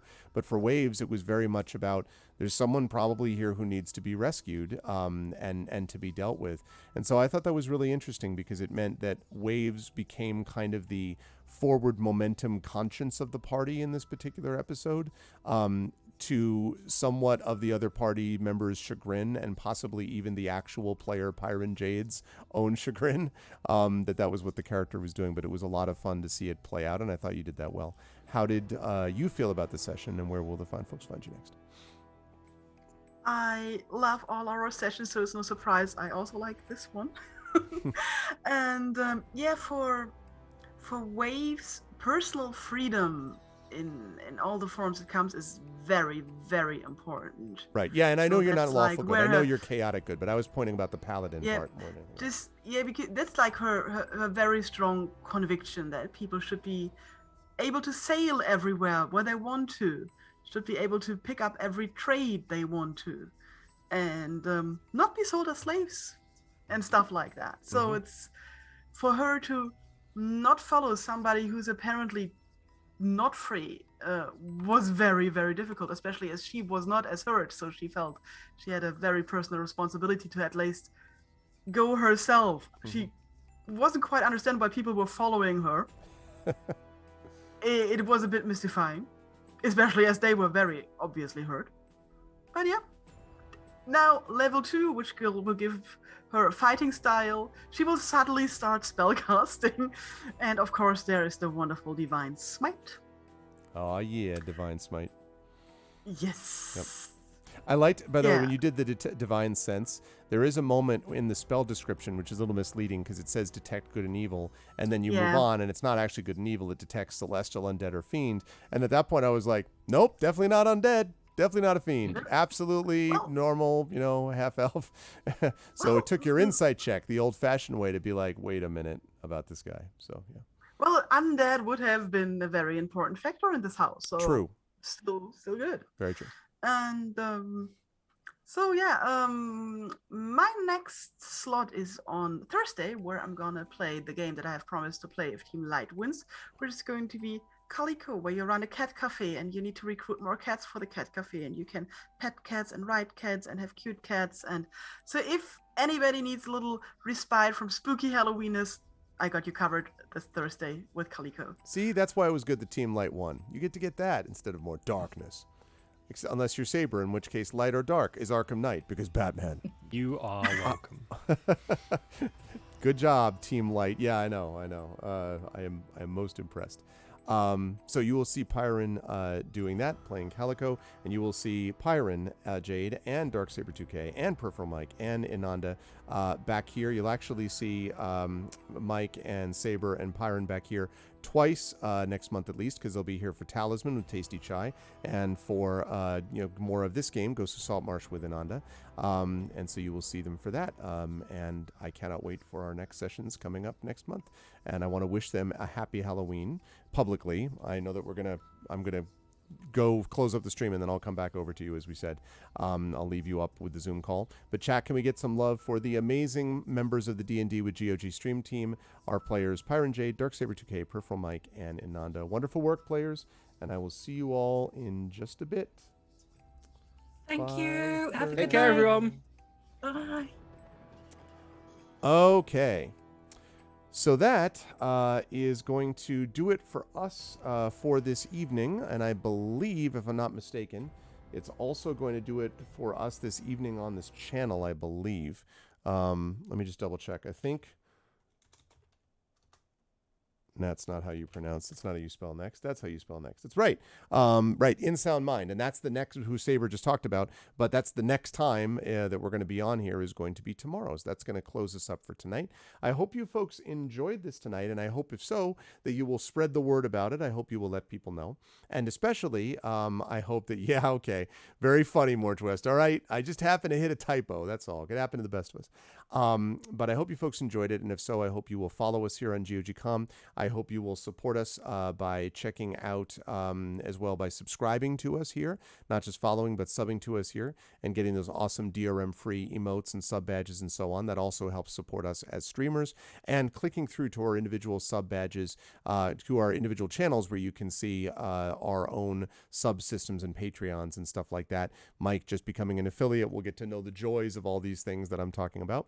That Saber knows, of course, is already, and Ananda knows. Those things will be happening going forward. So if you liked all that stuff, please do that. And otherwise, I will see you folks back here next week. Now, again, I am confirming, for those of you who missed the announcement at the beginning of the show, I am confirming now whether or not I'm going to be streaming next week on Monday. Next Tuesday, I'm actually going to be teaching. It's the one time this semester that I have classes on Tuesday instead of a Monday. So I'm trying to set it up so I can stream on Monday instead. If I am streaming on Monday instead, then I'm going to be streaming next Monday at 3 p.m. Eastern, because you folks are all going to be with daylight savings time has ended, and we here in America still will have another week of daylight savings time. So we're going to be I'm going to be coming on from 3 to 6 next Monday. If I am streaming on Monday, I will not be streaming on Tuesday. And that would be for my 300th episode of Pen and Pixels. So episode 300 of this show, I cannot believe it's been running that long, but 300 episodes is happening next week if I stream on Monday. If I can't set it up that way, and if I can't stream on Monday, then instead I will skip next week and I will stream 300 the week after that on my normal Tuesday. So that's what we're looking at. That's what the time frame looks like. And I am most excited to have that coming up. It's going to be great. But that's going to be it for me for now. I will be back on my own channel tomorrow night for Community D&D. You should stop by where you can see Shadowed Mage DMing Dragon of Icespire Peak with players Echo Alpha X5, who should be well known to people in this chat. Hoodie, Triffity Mats, who's here in chat, who just put up a cat and heart icon, and Rock God. You'll have a chance to see those players as part of our Community D&D Dragon of Icespire experience. It's going to be awesome, and you should stop by for that 9 p.m. Thursday will be off, and then Friday, I believe, although I have to confirm this, I've got my space opera Esper Genesis on my channel. Saturday, we have got, probably I'm going to be finishing up the game I started today from GOG, which is Wrong Dimension. There is no game, Wrong Dimension.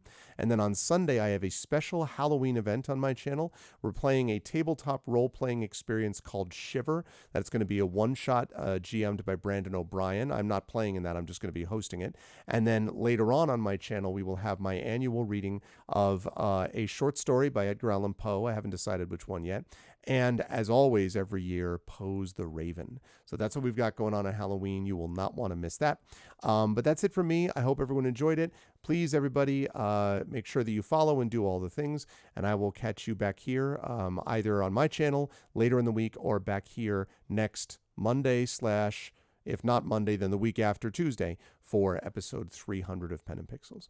Until then, everyone be good to each other. Have a good night.